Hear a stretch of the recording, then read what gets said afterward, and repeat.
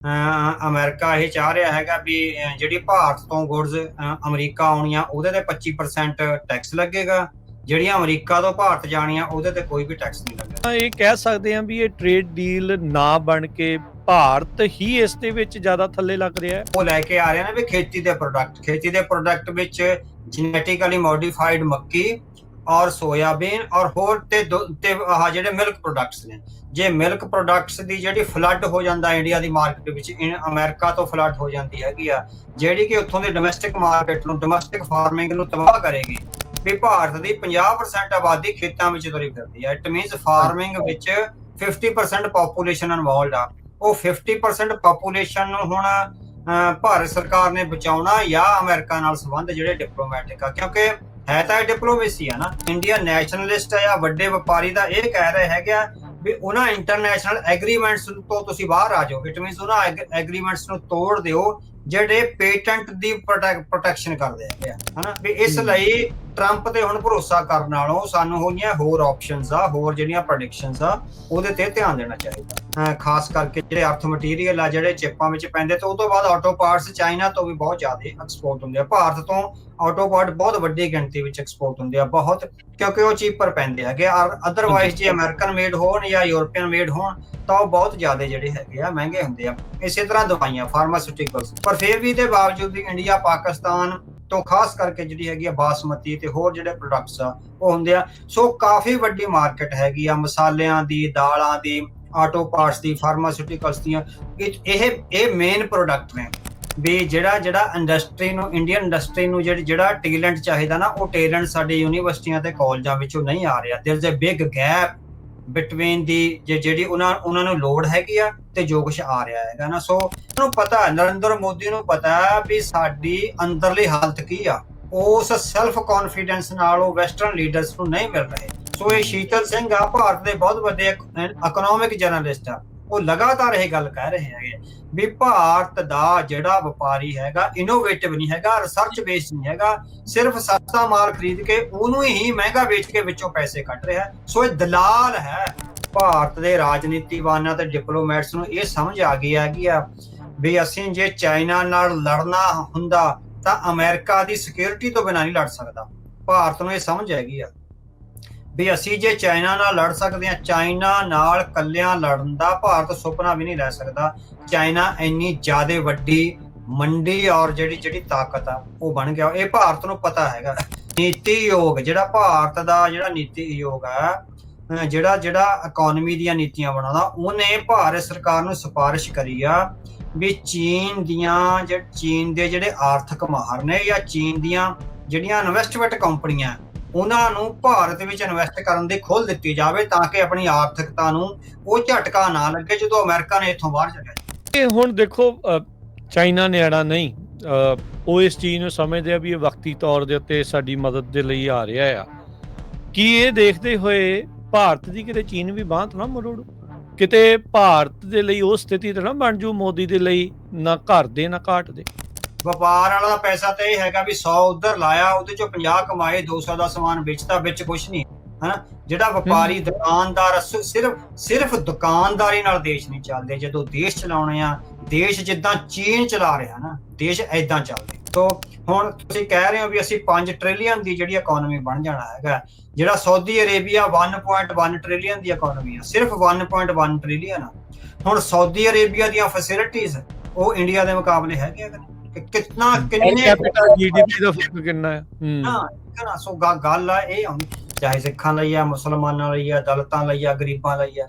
ਸੋ ਗਰੀਬਾਂ ਤੇ ਦਲਿਤਾਂ ਨੂੰ ਵੀ ਉਹ ਹਿੰਦੂ ਕਹਿ ਕੇ ਵੋਟਾਂ ਪਵਾ ਲੈਂਦੇ ਆ, ਪਰ ਉਹਨਾਂ ਨਾਲ ਜਿਸ ਤਰ੍ਹਾਂ ਦਾ ਵਿਹਾਰ ਹੁੰਦਾ ਉਹ ਕਿਸੇ ਤੋਂ ਲੁਕਿਆ ਛਿਪਿਆ ਤਾਂ ਨਹੀਂ ਹੈ।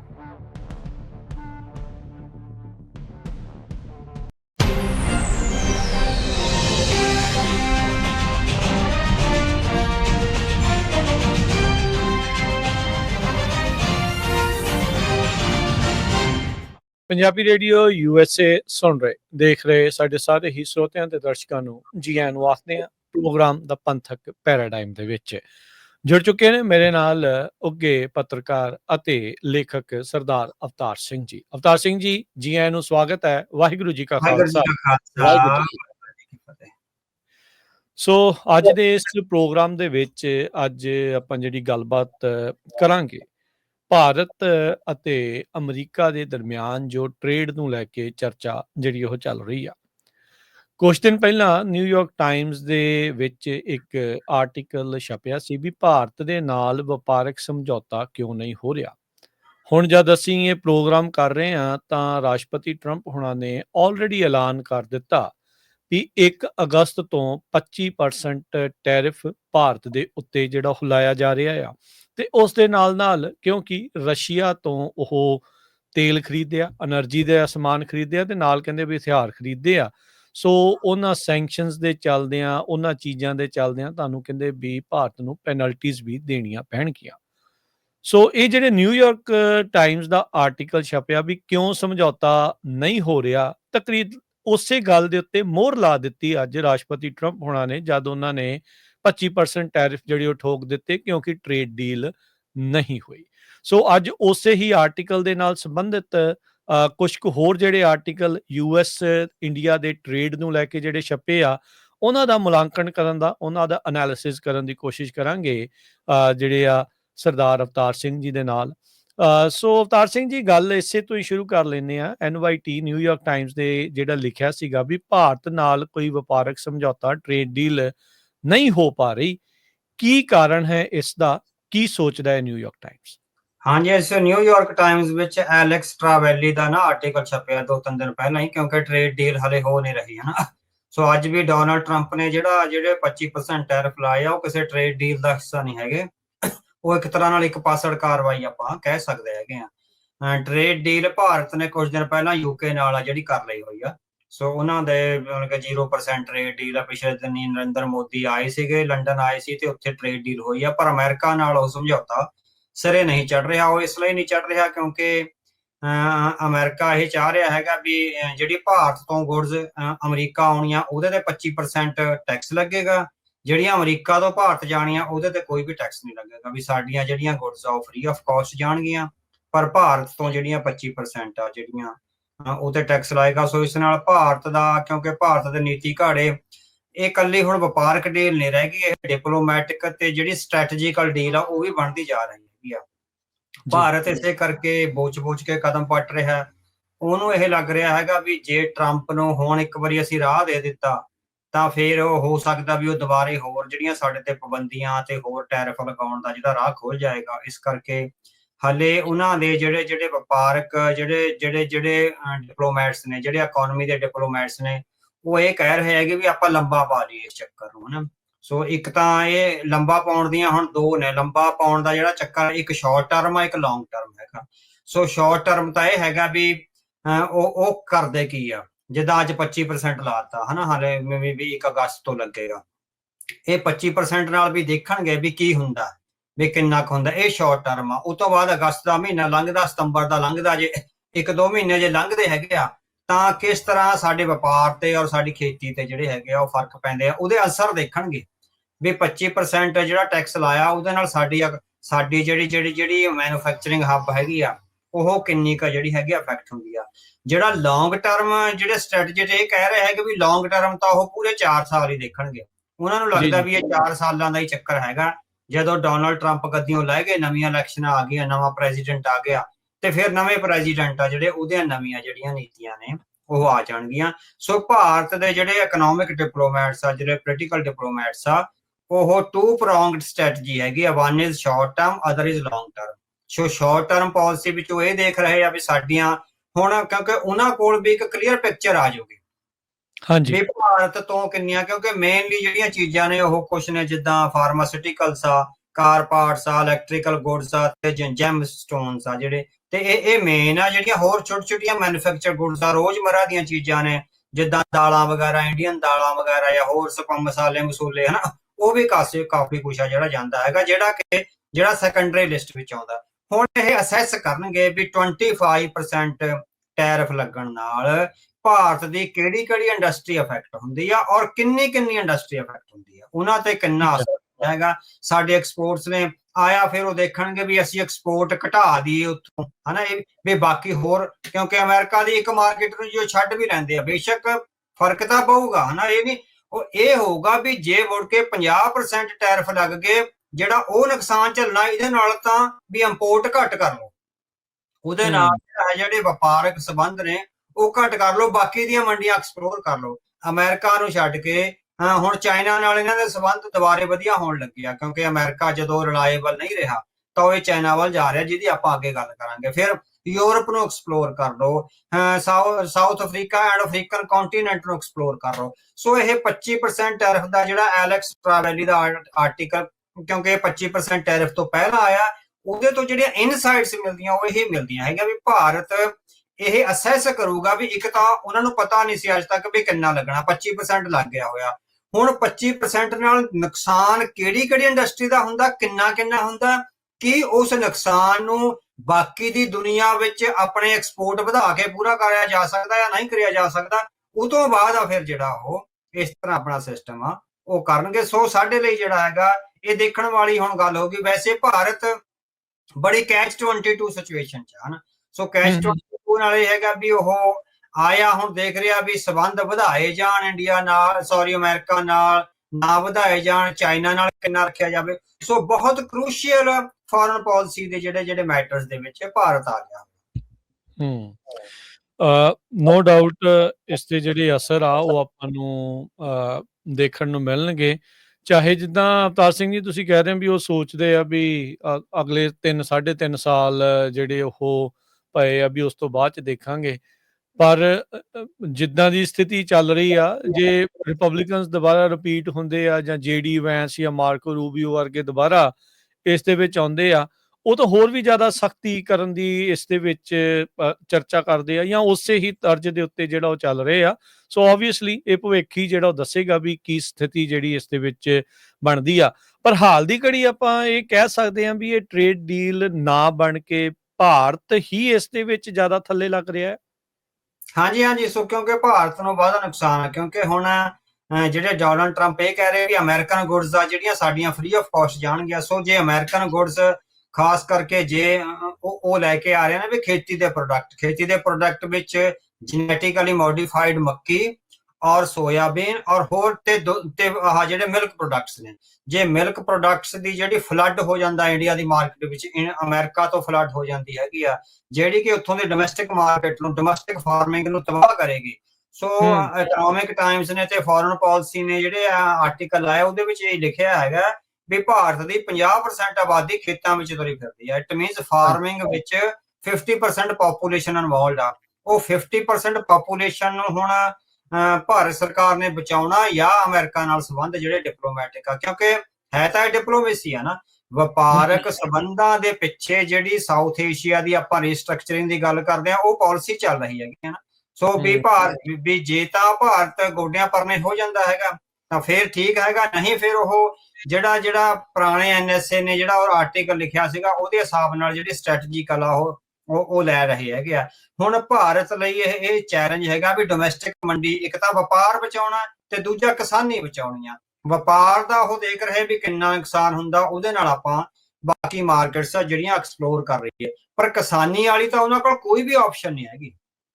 ਕਿਸਾਨੀ ਦੀ ਆਪਸ਼ਨ ਆ ਜਿਹੜੀ ਉਹ ਕੋਈ ਵੀ ਆਪਸ਼ਨ ਨਹੀਂ ਹੈਗੀ। ਸੋ ਉਹਨਾਂ ਨੂੰ ਲੱਗ ਰਿਹਾ ਹੈਗਾ ਵੀ ਜੇ ਕਿਸਾਨੀ ਸਾਡੀ ਡੁੱਬ ਗਈ ਤਾਂ ਡੋਮੈਸਟਿਕਲੀ ਜਿਹੜੀ ਅਨਾਰਕੀ ਹੈਗੀ ਆ ਉਹ ਪੈਦਾ ਹੋ ਜਾਏਗੀ ਨਾ। ਸੋ ਡੋਨਾਲਡ ਟਰੰਪ ਇਹ ਕਹਿ ਰਹੇ ਹੈਗੇ ਵੀ ਇੰਡੀਆ ਹੈਗਾ ਜਿਹੜਾ ਟੈਰਿਫ ਕਿੰਗ ਆ, ਵੀ ਉਹ ਜਿਹੜੀਆਂ ਅਮਰੀਕਾ ਤੋਂ ਗੁੱਡਸ ਜਾਂਦੀਆਂ ਉਹ ਤੇ ਇੰਨੇ ਜ਼ਿਆਦਾ ਟੈਰਿਫ ਆ ਜਿਹੜੇ ਲਾ ਦਿੰਦਾ ਹੈਗਾ ਵੀ ਉਹਨੂੰ ਟੈਰਿਫ ਕਿੰਗ ਦੇ ਤੌਰ ਤੇ ਜਿਹੜਾ ਹੈਗਾ ਬਚਿਆ ਜਾਂਦਾ। ਤੇ ਦੂਸਰੇ ਪਾਸੇ ਇਕਨੋਮਿਸਟ ਹੈ ਜਿਹੜਾ ਦਾ ਇਕਨੋਮਿਸਟ ਸਟੋਰੀ ਛਪੀ ਹੈਗੀ ਆ, ਉਹ ਕਹਿੰਦੇ ਵੀ ਦੋਹੇ ਪਾਸੇ ਦੀ ਪੋਜੀਸ਼ਨ ਆ ਜਿਹੜੀ ਉਹ ਸਖਤ ਹੋ ਰਹੀ ਹੈਗੀ ਆ ਨਾ। ਉਹ ਕਹਿੰਦਾ ਵੀ ਜਿਹੜੀ ਫਾਰਮ ਪ੍ਰੋਡਕਟਸ ਕਰਕੇ ਭਾਰਤ ਆ ਜਿਹੜਾ ਬਹੁਤ ਡਰਿਆ ਹੋਇਆ ਵੀ ਜੇ ਫਾਰਮ ਪ੍ਰੋਡਕਟਸ ਦੀ ਫ੍ਰੀ ਫਲੋ ਹੋ ਗਿਆ ਹੋਇਆ, ਇਹ ਇਕਨੋਮਿਸਟ ਦੀ ਸਟੋਰੀ ਹੈਗੀ ਆ।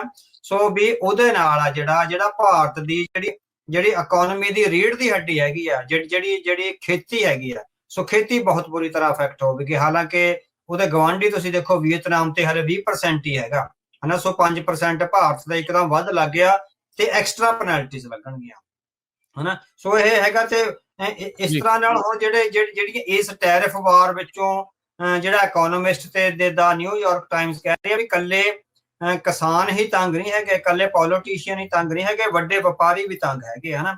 ਤੇ ਦੂਸਰਾ ਜਿਹੜਾ ਹਿੰਦੂ ਨੈਸ਼ਨਲਿਸਟ ਆ ਜਿਹੜੇ ਚਾਹੁੰਦੇ ਹੈਗੇ ਵੀ ਜਿਸ ਤਰ੍ਹਾਂ ਡੋਨਲਡ ਟਰੰਪ ਕਹਿੰਦੇ ਨੇ ਵੀ ਅਮਰੀਕਾ ਫਸਟ, ਇਸ ਤਰ੍ਹਾਂ ਜਿਹੜੇ ਇੰਡੀਆ ਫਸਟ ਵਾਲੇ ਹੈਗੇ ਆ ਜਿਹੜੇ ਬੀਜੇਪੀ ਨਾਲ ਜੁੜੇ ਹੋਏ ਆ ਨਾ, ਸੋ ਉਹ ਜਿਹੜੇ ਹੈਗੇ ਆ ਉਹ ਲਗਾਤਾਰ ਇਹ ਕਰ ਰਹੇ ਆ ਵੀ ਸਾਨੂੰ ਡੋਨਲਡ ਟਰੰਪ ਦੇ ਅੱਗੇ ਗੋਡੇ ਨਹੀਂ ਟੇਕਣੇ ਚਾਹੀਦੇ ਹਨਾ, ਵੱਡੇ ਵਪਾਰੀ ਤੰਗ ਹਨ ਹਨਾ, ਵੀ ਅਸੀਂ ਇਸ ਤਰ੍ਹਾਂ ਨਹੀਂ ਹੋ ਸਕਦੇ। ਸੋ ਜਿਹੜੇ ਇੰਡੀਅਨ ਨੈਸ਼ਨਲਿਸਟ ਆ ਵੱਡੇ ਵਪਾਰੀ ਦਾ ਇਹ ਕਹਿ ਰਹੇ ਹੈਗੇ ਆ ਵੀ ਉਹਨਾਂ ਇੰਟਰਨੈਸ਼ਨਲ ਐਗਰੀਮੈਂਟਸ ਤੋਂ ਤੁਸੀਂ ਬਾਹਰ ਆ ਜਾਓ। ਇਟ ਮੀਨਸ ਉਹਨਾਂ ਐਗਰੀਮੈਂਟਸ ਨੂੰ ਤੋੜ ਦਿਓ ਜਿਹੜੇ ਪੇਟੈਂਟ ਦੀ ਪ੍ਰੋਟੈਕਸ਼ਨ ਕਰਦੇ ਹੈਗੇ ਆ ਹਨਾ, ਵੀ ਉਹ ਅਸੀਂ ਨਹੀਂ ਮੰਨਦੇ। ਸੋ ਇਟ ਮੀਨਸ ਜਿਹੜੇ ਅਮਰੀਕਾ ਦੇ ਪੇਟੈਂਟ ਹੋਣਗੇ ਫਿਰ ਉਹ ਇੰਡੀਆ ਜਿਹੜਾ ਹੈਗਾ ਜਦੋਂ ਉਸ ਸੰਧੀ ਤੋਂ ਬਾਹਰ ਆ ਜਾਊਗਾ ਤਾਂ ਇਟ ਮੀਨਸ ਉਹ ਆਪ ਦੇ ਤੌਰ ਤੇ ਉਹਨਾਂ ਚੀਜ਼ਾਂ ਨੂੰ ਜਿਹੜਾ ਹੈਗਾ ਬਣਾ ਸਕਦਾ। ਹੁਣ ਜਿਹੜੀਆਂ ਪੇਟੈਂਟਡ ਆ ਤਾਂ ਇਸੇ ਕਰਕੇ ਹੈ ਨਾ ਵੀ ਜਦੋਂ ਉਹਨਾਂ ਦੀ ਪੇਟੈਂਟਡ ਚੀਜ਼ ਭਾਰਤ ਵਿੱਚ ਆਵੇਗੀ ਉਹ ਬਿਨਾ ਟੈਕਸ ਤੋਂ ਆਵੇਗੀ ਹੈ ਨਾ, ਉਹਦੇ ਨਾਲ ਸਾਡੀ ਜਿਹੜੀ ਇੰਟਰਨਲ ਮੰਡੀ ਆ ਉਹ ਖਤਮ ਹੋਏਗੀ। ਜੇ ਤੁਸੀਂ ਪੇਟੈਂਟ ਦੇ ਐਗਰੀਮੈਂਟ ਤੋਂ ਬਾਹਰ ਆ ਜਾਂਦੇ ਹੋ ਤਾਂ ਫਿਰ ਤੁਸੀਂ ਆਪ ਵੀ ਜਿਹੜੀਆਂ ਹੈਗੀਆਂ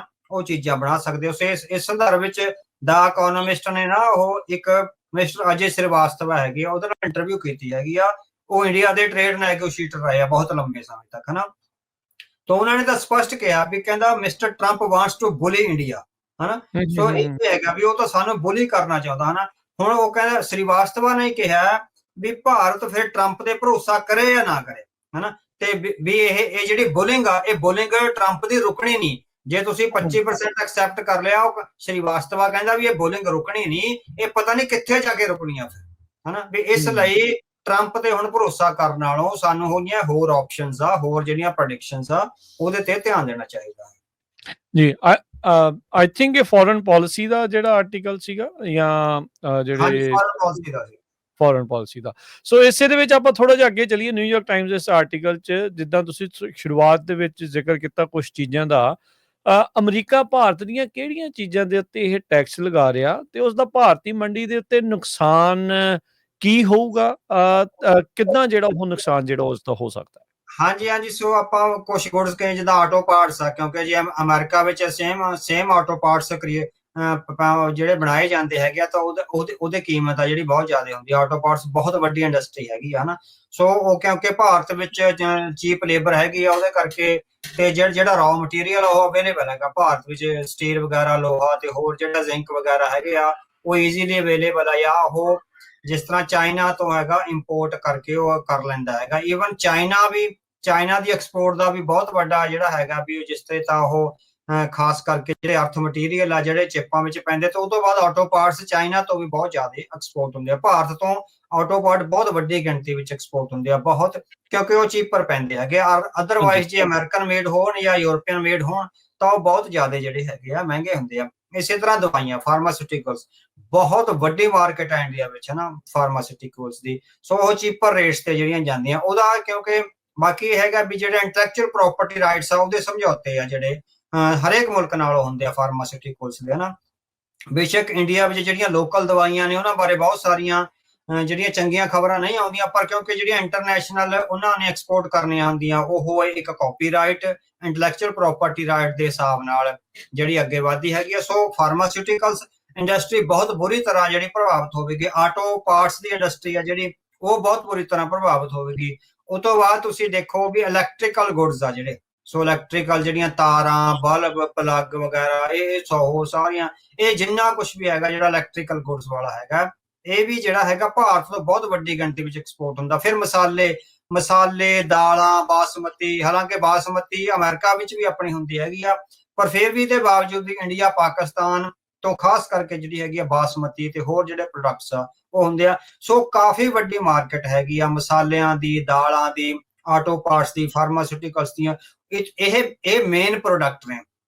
ਉਹ ਤੋਂ ਬਾਅਦ ਸੈਕੰਡਰੀ ਪ੍ਰੋਡਕਟਸ ਆ ਜਿਹੜੇ ਆ ਜਾਂਦੇ ਆ, ਟੈਕਨੀਕਲ ਜਿਹੜਾ ਨੋ ਹਾਓ ਹੈਗੀਆਂ, ਚਿਪਸ ਵਗੈਰਾ ਜਾਂ ਹੋਰ ਜਿਹੜੀਆਂ ਹੈਗੀਆਂ ਚਿੱਪਾਂ ਨੇ ਉਹ ਸਾਰਾ। ਈਵਨ ਜਿਸ ਤਰ੍ਹਾਂ ਵੀ ਸਾਈਕਲ ਪਾਰਟਸ ਆ, ਮੋਟਰਸਾਈਕਲ ਪਾਰਟਸ ਆ, ਬਾਈਕਸ ਆ, ਈਵਨ ਬਾਈਕਸ ਵੀ ਜਿਹੜੇ ਹੈਗੇ ਆ ਉਹ ਐਕਸਪੋਰਟ ਹੁੰਦੇ। ਸੋ ਭਾਰਤ ਦੀ ਇੱਕ ਇੰਡਸਟਰੀ ਦਾ ਵੱਡਾ ਚੰਕ ਅਫੈਕਟ ਆ ਜਿਹੜਾ ਹੋਏਗਾ, ਜਿਹਦੇ ਨਾਲ ਜਿਹੜੇ ਵਪਾਰੀ ਆ ਉਹ ਤੰਗ ਹੈਗੇ ਆ। ਵਪਾਰੀ ਹੁਣ ਇਸ ਗੱਲੋਂ ਵੀ ਤੰਗ ਨਹੀਂ ਹੈਗੇ ਵੀ ਸਿਰਫ ਐਕਸਪੋਰਟ ਜਿਹੜਾ ਹੈਗਾ ਸਾਡਾ ਰੁਕਣਾ, ਵਪਾਰੀ ਇਸ ਗੱਲੋਂ ਵੀ ਤੰਗ ਹੋ ਰਿਹਾ, ਜਿਹੜਾ ਲੋਕਲ ਵਪਾਰੀ ਹੈ, ਲੋਕਲ ਕਿਸਾਨ ਵਾਂਗ ਲੋਕਲ ਵਪਾਰੀ ਇਸ ਗੱਲੋਂ ਵੀ ਤੰਗ ਹੋ ਰਿਹਾ ਹੈਗਾ ਵੀ ਜਿਹੜੀਆਂ ਵੱਡੀਆਂ ਵਾਲਮਾਰਟ ਵਰਗੀਆਂ ਜਿਹੜੀਆਂ ਇੰਟਰਨੈਸ਼ਨਲ ਕੰਪਨੀਆਂ ਜਦੋਂ ਉਹਨਾਂ ਨੇ ਪੈਰ ਜਮਾ ਲਏ ਆਪਣੇ ਇੰਡੀਆ ਵਿੱਚ, ਤਾਂ ਜਿਹੜਾ ਲੋਕਲ ਬਿਜ਼ਨਸਮੈਨ ਹੈ, ਛੋਟੇ ਛੋਟੇ ਦੁਕਾਨਦਾਰ ਆ, ਉਹ ਬਹੁਤ ਬੁਰੀ ਤਰ੍ਹਾਂ ਪ੍ਰਭਾਵਿਤ ਹੋਣੇ ਆ। ਸੋ ਇੰਡੀਆ ਦਾ ਜਿਹੜਾ ਸਟ੍ਰੈਟਜੀਕਲੀ ਹੈਗੀ ਆ ਇੱਕ ਤਰ੍ਹਾਂ ਨਾਲ ਬਹੁਤ ਕ੍ਰਾਸ ਰੋਡਸ ਤੇ ਹੈਗੀ ਆ, ਉਹਨਾਂ ਦੀ ਫੋਰਨ ਪਾਲਿਸੀ ਵੀ ਤੇ ਉਹਨਾਂ ਦੀ ਇਕਨੋਮਿਕ ਪਾਲਿਸੀ ਵੀ। ਸੋ ਇਹਨਾਂ ਚੀਜ਼ਾਂ ਨਾਲ ਜਿਹੜੇ ਭਾਰਤ ਦਾ ਵਪਾਰ ਹੈ ਉਹ ਕਾਫੀ ਇਫੈਕਟ ਹੋਵੇਗਾ। ਅੱਛਾ, ਅਵਤਾਰ ਸਿੰਘ ਜੀ, ਹੁਣ ਜਿੱਦਾਂ ਇਹ ਮੰਡੀ ਖੁਲਵਾਉਣਾ ਚਾਹੁੰਦੇ, ਖਾਸ ਕਰਕੇ ਖੇਤੀਬਾੜੀ ਵਾਲੀ, ਜਿੱਦਾਂ ਤੁਸੀਂ ਜ਼ਿਕਰ ਕੀਤਾ ਵੀ ਇਹ ਉੱਥੋਂ ਦੀ ਮੰਡੀ ਦੇ ਲਈ ਇੱਕ ਹਿਸਾਬ ਦੇ ਨਾਲ ਬਹੁਤ ਹੀ ਘਾਤਕ ਸੌਦਾ ਜਿਹੜਾ ਹੋ ਸਕਦਾ ਆ। ਮੋਦੀ ਕੀ ਕਰਦੇ ਨੇ ਅੱਗੇ ਇਹਦੇ ਬਾਰੇ ਪਤਾ ਤਾਂ ਨਹੀਂ ਆ। ਬਾਂਹ ਜਿਹੜੀ ਇਸ ਟਾਈਮ ਪੂਰੀ ਓਦਾਂ ਮਰੋੜੀ ਪਈ ਆ। ਜੇ ਉਹ ਮੰਡੀ ਇਹ ਵਾਲੀ ਖੋਲ ਦਿੰਦੇ ਆ, ਉਹ ਅੱਜ ਪਿਊਸ਼ ਗੋਇਲ ਕਹਿੰਦੇ ਆ, ਜਿਹੜੇ ਉਹਨਾਂ ਦੇ ਕਾਮਰਸ ਦੇ ਮੰਤਰੀ ਆ, ਵੀ ਅਸੀਂ ਇੰਡੀਆ ਦੀ ਜਿਹੜੀਆਂ ਨੀਡਸ ਦੇ ਹਿਸਾਬ ਦੇ ਨਾਲ ਫੈਸਲਾ ਲਵਾਂਗੇ। ਮੋਦੀ ਇਸ ਟਾਈਮ ਦੋ ਕਹਿ ਸਕਦੇ ਵੀ ਬੇੜੀਆਂ ਦੇ ਵਿੱਚ ਜਿਹੜਾ ਫਸਿਆ ਪਿਆ, ਉਹਨੂੰ ਇੱਕ ਪਾਸੇ ਪਹਾੜ ਆ, ਇੱਕ ਪਾਸੇ ਖਾਈ ਆ। ਜੇ ਉਹ ਮੰਡੀ ਖੋਲਦਾ ਆ ਤਾਂ ਵੀ ਉਹ ਸੱਤਾ ਤੋਂ ਬਾਹਰ ਜਾ ਸਕਦਾ, ਕਿਉਂਕਿ ਖੇਤੀਬਾੜੀ ਦੇ ਨਾਲ 50% ਤੋਂ ਵੱਧ ਪਾਪੂਲੇਸ਼ਨ ਸੰਬੰਧਿਤ ਆ। ਜੇ ਉਹ ਡੀਲ ਨਹੀਂ ਬਣਾਉਂਦਾ ਤਾਂ ਇਹਦੇ ਜਿਹੜੇ ਚਹੇਤੇ ਬਿਜ਼ਨਸਮੈਨ ਆ, ਜਿਹਦਾ ਤੁਸੀਂ ਜ਼ਿਕਰ ਕਰ ਰਹੇ ਆ ਵੀ ਉਹ ਬਿਜ਼ਨਸ ਵਾਲੇ ਵੀ ਇਹਦੀ ਗਿੱਚੀ ਵੱਲ ਨੂੰ ਜਿਹੜਾ ਉਹ ਪੈਂਦੇ ਆ। ਸੋ ਇਹ ਵਿਚਾਰੇ ਫਸਿਆ ਜਿਹਾ ਨਜ਼ਰ ਆ ਰਿਹਾ। ਕੀ ਤੁਹਾਨੂੰ ਲੱਗਦਾ ਵੀ ਇਹ ਕਿੱਦਾਂ ਦਾ ਕਦਮ ਅੱਗੇ ਚੱਕ ਸਕਦਾ ਆ? ਇਲੈਕਸ਼ਨਾਂ ਵੀ ਉਹਨੇ ਦੇਖਣੀਆਂ, ਆਪਣੇ ਫਰੈਂਡ ਵੀ ਦੇਖਣੇ ਆ, ਕੀ ਤੁਹਾਨੂੰ ਲੱਗਦਾ ਵੀ ਇਹ ਕਰ ਸਕਦਾ ਹੈ? ਹਾਂ, ਜਿਸ ਤਰ੍ਹਾਂ ਦੀ ਉਹਨਾਂ ਦੀ ਨੈਸ਼ਨਲਿਸਟ ਅਪਰੋਚ ਆ, ਤੇ ਮੈਨੂੰ ਲੱਗਦਾ ਜਿਹੜੀ ਆਪਾਂ ਪਹਿਲਾਂ ਗੱਲ ਕਰਕੇ ਆਏ ਆ ਵੀ ਉਹ short term and long term policy ਤੇ ਚੱਲ ਰਹੇ ਹੈਗੇ ਆ। ਸੋ ਹੋ ਸਕਦਾ ਹੈ ਵੀ ਉਹ ਸਲੋਲੀ ਐਂਡ ਸਟੈਡਲੀ ਟ੍ਰੈਡ ਕਰਨਗੇ ਅੱਗੇ, ਵੀ ਹਲੇ 25% ਟੈਰਿਫ ਦਾ ਜਿਹੜਾ ਹੈਗਾ ਉਹ ਦੇਖਣਗੇ ਵੀ ਕਿੰਨਾ ਨੁਕਸਾਨ ਹੁੰਦਾ। ਉਹ ਆਪਣੇ, ਕਿਉਂਕਿ 1 ਮਹੀਨਾ ਤਾਂ ਉਹਨਾਂ ਨੂੰ ਜਿਹੜੇ ਵਾਟਰ ਟੈਸਟਿੰਗ 'ਚ ਲੱਗ ਜਾਣਾ। 1 ਮਹੀਨੇ ਬਾਅਦ ਉਹਨਾਂ ਨੂੰ ਰਿਪੋਰਟ ਆਊਗੀ, ਨੀਤੀ ਆਯੋਗ ਦੀ ਰਿਪੋਰਟ ਆਊਗੀ, ਬਿਜ਼ਨਸਮੈਨਾਂ ਦੀ ਰਿਪੋਰਟ ਆਊਗੀ, ਜਿਹੜੇ ਵੱਡੇ ਬਿਜ਼ਨਸ ਹਾਊਸਿਸ ਆ ਉਹਨਾਂ ਦੀ ਜਿਹੜੀਆਂ ਬੈਲੈਂਸ ਸ਼ੀਟਸ ਆ ਉਹ ਕਿੱਦਾਂ ਅਫੈਕਟ ਹੁੰਦੀਆਂ। ਸੋ 1 ਮਹੀਨੇ ਤੋਂ ਬਾਅਦ ਫਿਰ ਉਹ ਜਿੱਦਾਂ ਹੈਗਾ, ਹੁਣ ਮੈਨੂੰ ਲੱਗਦਾ ਵੀ ਹਾਲੇ ਉਹ ਟ੍ਰੇਡ ਡੀਲ ਵੱਲ ਅੱਗੇ ਨਹੀਂ ਵਧਣਗੇ। ਬੇਸ਼ੱਕ ਪਿਊਸ਼ ਗੋਇਲ ਤੇ ਹੋਰ ਜਿਹੜੇ ਕਾਮਰਸ ਦੇ ਜਿਹੜੇ ਉਹਨਾਂ ਦੇ ਲੀਡਰਸ ਆ, ਨੀਤੀ ਆਯੋਗ ਦੇ ਜਿਹੜੇ ਨੀਤੀ ਘਾੜੇ ਆ, ਉਹ ਲਗਾਤਾਰ ਅਮਰੀਕਾ ਵਿੱਚ ਆਉਂਦੇ ਜਾਂਦੇ ਰਹੇ ਹੈਗੇ ਆ। ਰੀਸੈਂਟਲੀ ਬਹੁਤ ਲੰਬੀਆਂ ਜਿਹੜੀਆਂ ਹੈਗੀਆਂ ਮੁਲਾਕਾਤਾਂ ਵੀ ਹੋਈਆਂ ਨੇ, ਪਰ ਉਹਨਾਂ ਨੇ ਆਪਣੇ ਇੰਟਰਸਟ ਵੀ ਦੇਖਣੇ ਹੈਗੇ ਆ, ਕਿਉਂਕਿ ਇੱਕ ਬੀਜੇਪੀ ਜਿਸ ਤਰ੍ਹਾਂ ਮੇਕ ਅਮਰੀਕਾ ਗ੍ਰੇਟ ਆ, ਤੇ ਇਸ ਤਰ੍ਹਾਂ ਮੇਕ ਇੰਡੀਆ ਗ੍ਰੇਟ ਵਾਲਾ ਪਾਲਿਸੀ ਜਿਹੜੀ ਮੋਦੀ ਦੀ ਹੈਗੀ, ਦੋਵੇਂ ਇੱਕ ਤਰ੍ਹਾਂ ਨਾਲ right America make India great again, MIGA. ਹਾਂਜੀ।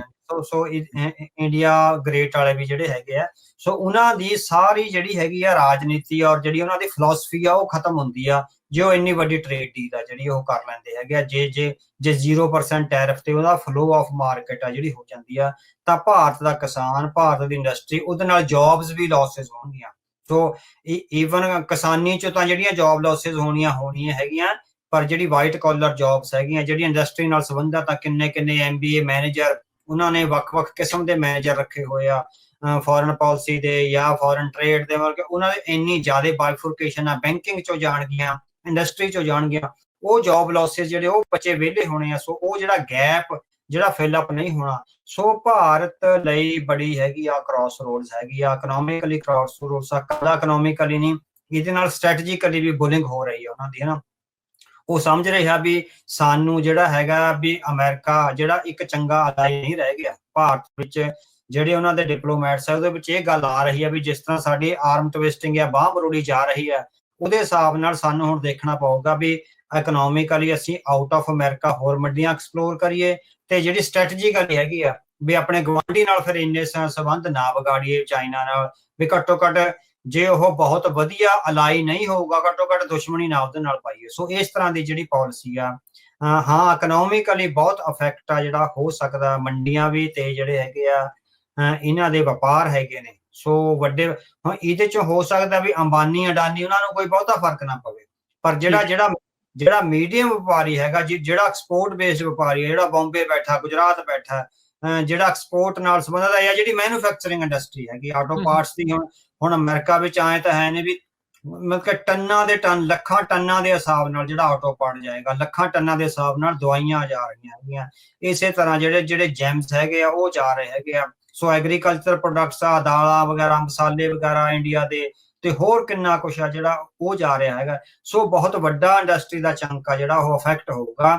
ਸੋ ਹੁਣ ਦੇਖਦੇ ਆ ਵੀ ਉਹ ਕਿੱਧਰ ਨੂੰ ਜਾਂਦੇ ਆ। ਸੋ ਜਿਸ ਤਰ੍ਹਾਂ ਦੀ ਉਹਨਾਂ ਦੀ ਨੈਸ਼ਨਲਿਸਟ ਪਾਲਿਸੀ ਆ ਵੀ ਮੇਕ ਇੰਡੀਆ ਗ੍ਰੇਟ, ਕਈ ਵਾਰ ਲਾਲ ਕਿਲੇ ਤੇ ਵੀ ਕਿਹਾ ਉਹਨਾਂ ਨੇ ਆ ਕੇ, ਉਥੋਂ ਤਾਂ ਲੱਗਦਾ ਹੈਗਾ ਵੀ ਉਹ ਜਿਸ ਤਰ੍ਹਾਂ ਇੰਨਾ ਜ਼ਿਆਦਾ ਨਹੀਂ ਦਬਣਗੇ ਅਮਰੀਕਾ ਦੇ ਅੱਗੇ। ਫਿਰ 25% ਨਾਲ ਜਿਹੜਾ ਹੈਗਾ ਵੀ ਦੇਖੀ ਜਾਓ ਜਿੰਨਾ ਕੁ ਹੁੰਦਾ ਹੋ ਲੋ, ਬਾਕੀ ਮਾਰਕੀਟ ਐਕਸਪਲੋਰ ਕਰੋ, ਵੀ ਇਹਨਾਂ ਨੂੰ ਬੁਲਿੰਗ ਕਰਨ ਦਾ ਮੌਕਾ ਨਾ ਦਿਓ। ਤੇ ਜੇ ਸਾਨੂੰ ਲੱਗਿਆ ਵੀ ਉਹ ਉਹਨਾਂ ਨੂੰ ਇਹ ਲੱਗਦਾ ਵੀ ਜੇ ਆਰਥਿਕ ਅਰਾਜਕਤਾ ਦੇ ਨਾਲ ਨਾਲ ਪੋਲੀਟੀਕਲ ਅਰਾਜਕਤਾ ਵੀ ਦੇਸ਼ ਵਿੱਚ ਫੈਲ ਗਈ ਔਰ ਦੇਸ਼ ਵਿੱਚ ਜਿਹੜੀਆਂ ਹੈਗੀਆਂ ਟੁੱਟਣ ਵਰਗੀਆਂ ਸਥਿਤੀਆਂ ਆਉਂਦੀਆਂ, ਫਿਰ ਉਹ ਅਮਰੀਕਾ ਦੇ ਨਾਲ ਮਿਲ ਕੇ ਚੱਲ ਸਕਦੇ। ਜੀ, ਸ਼ਾਰਟ ਟਰਮ ਲੌਂਗ ਟਰਮ ਜਿਹੜਾ ਉਹ ਹੋਣਗੇ ਬਿਨਾਂ ਸਮਝੌਤੇ ਤੋਂ ਇਹ ਬਚਦੇ ਆ ਜਾਂ ਨਹੀਂ, ਇਹ ਦੇਖਣ ਵਾਲੀ ਗੱਲ ਆ। ਬਾਰ-ਬਾਰ ਇੰਡੀਆ ਜਿਹੜਾ ਆ ਅਵਤਾਰ ਸਿੰਘ ਜੀ ਇਹ ਸ਼ੋਅ ਕਰਦਾ ਵੀ ਅਸੀਂ ਏਡੀ ਵੱਡੀ ਆਰਥਿਕਤਾ, ਜਦੋਂ ਏਡਾ ਵੱਡਾ ਝਟਕਾ ਲੱਗਦਾ ਆ GDP ਤੇ ਵੀ ਅਸਰ ਪੈਂਦਾ। ਨੌਕਰੀਆਂ ਦੀ ਤੁਸੀਂ ਗੱਲ ਕੀਤੀ, ਇੱਕ ਉਦਾਹਰਨ ਦਿੱਤੀ ਸੀ ਪਿਛਲੇ ਪ੍ਰੋਗਰਾਮਾਂ ਦੇ ਵਿੱਚ ਕਈ ਚਿਰ ਪਹਿਲਾਂ, ਵੀ ਇੱਕ ਚਪੜਾਸੀ ਦੀ ਨੌਕਰੀ ਦੇ ਲਈ PhD ਕਰਦੇ ਲੋਕ ਉਹ ਲਾਈਨਾਂ ਦੇ ਵਿੱਚ ਕਤਾਰਾਂ 'ਚ ਲੱਗੇ, ਵੀ ਕੁਛ ਕੁ ਨੌਕਰੀਆਂ ਦੇ ਲਈ ਹਜ਼ਾਰਾਂ ਹੀ ਲੱਖਾਂ ਲੋਕਾਂ ਨੇ ਜਿਹੜੀਆਂ ਅਰਜ਼ੀਆਂ ਜਿਹੜੀਆਂ ਉਹ ਭਰੀਆਂ। ਜੇ ਇਸ ਤਰੀਕੇ ਦਾ ਝਟਕਾ ਇਹਨਾਂ ਨੂੰ ਲੱਗਦਾ ਹੈ, ਕੀ ਇੰਡੀਆ ਦੀ ਇਕੋਨਮੀ ਜੋ ਇਸ ਟਾਈਮ ਉੱਥੇ ਜੋ ਚੱਲ ਰਿਹਾ ਆ, ਉਹ ਇਸ ਝਟਕੇ ਨੂੰ ਸਹਿਣ ਦੇ ਕਾਬਿਲ ਹੈ? ਨਹੀਂ, ਇਹ ਬਹੁਤ ਵੱਡਾ ਝਟਕਾ ਹੋਏਗਾ। ਹੁਣੇ ਉਹਨੇ ਨਾ ਦਾ ਵਾਇਰ ਦੀ ਇੱਕ ਰਿਪੋਰਟ ਆਈ ਹੈਗੀ ਆ। ਦਾ ਵਾਇਰ ਨੇ ਲਿਖਿਆ ਵੀ ਜਿਹੜਾ ਇੰਡਸਟਰੀ ਨੂੰ, ਇੰਡੀਅਨ ਇੰਡਸਟਰੀ ਨੂੰ ਜਿਹੜਾ ਟੈਲੈਂਟ ਚਾਹੀਦਾ ਨਾ, ਉਹ ਟੈਲੈਂਟ ਸਾਡੇ ਯੂਨੀਵਰਸਿਟੀਆਂ ਤੇ ਕਾਲਜਾਂ ਵਿੱਚੋਂ ਨਹੀਂ ਆ ਰਿਹਾ। There is a big gap between the ਜਿਹੜੀ ਉਹਨਾਂ ਨੂੰ ਲੋੜ ਹੈਗੀ ਆ ਤੇ ਜੋ ਕੁਛ ਆ ਰਿਹਾ ਹੈਗਾ ਨਾ। ਸੋ ਉਹ ਕਹਿੰਦੇ ਵੀ ਇੰਡੀਆ ਦਾ ਜਿਹੜਾ ਐਜੂਕੇਸ਼ਨ ਸਿਸਟਮ ਆ ਉਹ ਜਸਟ ਥਿਓਰੈਟੀਕਲ ਹੈਗਾ, ਉਹਦੇ ਵਿੱਚ ਵੋਕੇਸ਼ਨਲ ਐਜੂਕੇਸ਼ਨ ਦੀਆਂ ਬਹੁਤ ਘੱਟ ਸੰਭਾਵਨਾਵਾਂ ਨੇ। ਬਹੁਤ ਥੋੜੀਆਂ ITIs ਨੇ ਜਿਹਦੇ ਵਿੱਚ ਪਲੰਬਰ ਹੋਣ, ਖਰਾਦੀਏ ਹੋਣ, ਤਰਖਾਣ ਹੋਣ, ਮਤਲਬ ਕਿ ਹੋਰ ਜਿਹੜੀਆਂ ਇੰਡਸਟਰੀ ਦੀਆਂ ਹੋਰ ਲੋੜਾਂ ਨੇ, ਮਸ਼ੀਨਾਂ ਚਲਾਉਣ ਵਾਲੇ ਬੰਦੇ ਹੋਣ। ਸੋ ਵੈਸਟਰਨ ਕੰਟਰੀਜ਼ ਵਿੱਚ ਤਾਂ ਆਪਾਂ ਦੇਖਿਆ ਵੀ ਵੋਕੇਸ਼ਨਲ ਪ੍ਰੋਗਰਾਮਸ ਨੇ। ਜਿਹੜੇ ਬੱਚੇ ਯੂਨੀਵਰਸਿਟੀ ਨਹੀਂ ਜਾਣ ਦੀ ਸਮਰੱਥਾ ਰੱਖਦੇ ਜਾਂ ਉਹਨੇ ਇੰਟੈਲੀਜੈਂਟ ਨਹੀਂ ਹੈਗੇ, ਉਹਨਾਂ ਲਈ ਵੋਕੇਸ਼ਨਲ ਪ੍ਰੋਗਰਾਮਾਂ ਦੀਆਂ ਝੜੀਆਂ ਲੱਗੀਆਂ ਹੋਈਆਂ ਨੇ, ਇੰਨੇ ਜ਼ਿਆਦਾ ਵੋਕੇਸ਼ਨਲ ਨੇ ਹਨਾ। ਕੋਈ ਬਾਥਰੂਮ ਫਿੱਟ ਕਰੀ ਜਾਂਦਾ, ਕੋਈ ਰਸੋਈਆਂ ਫਿੱਟ ਕਰੀ ਜਾਂਦਾ, ਕੋਈ ਪਲੰਬਿੰਗ ਦਾ ਕਰੀ ਜਾਂਦਾ, ਕੋਈ ਬੋਇਲਰ ਫਿੱਟ ਕਰੀ ਜਾਂਦਾ, ਕੋਈ ਇਲੈਕਟ੍ਰੀਸ਼ੀਅਨ, ਮਤਲਬ ਕਿ ਇੰਨੀਆਂ ਜ਼ਿਆਦਾ। ਉਹ ਕਹਿੰਦੇ ਵੀ ਇੰਡੀਆ ਵਿੱਚ ਇਹ ਜਿਹੜਾ ਗੈਪ ਹੈਗਾ ਬਹੁਤ ਵੱਡਾ ਹੈਗਾ, ਵੀ 70-30 ਦਾ ਗੈਪ ਹੈਗਾ ਹਨਾ, ਵੀ ਇੰਨਾ ਜ਼ਿਆਦਾ ਐਜੂਕੇਸ਼ਨ ਆ ਜਿਹੜਾ ਨਹੀਂ ਦੇ ਰਹੀ। ਹੁਣ ਜਦੋਂ ਇੰਨੀ ਵੱਡਾ ਐਜੂਕੇਸ਼ਨ ਦਾ ਤੇ ਜਿਹੜੀਆਂ ਲੋੜਾਂ ਦਾ ਗੈਪ ਹੈਗਾ, ਉਹਦੇ ਚੋਂ ਫਿਰ ਮੈਨੂਫੈਕਚਰਿੰਗ ਇੰਡਸਟਰੀ ਦਾ ਪਹਿਲਾਂ ਹੀ ਜਿਹੜੀ ਹੈਗੀ ਆ ਉਹ ਅਫੈਕਟ ਹੋ ਰਹੀ ਹੈਗੀ ਆ।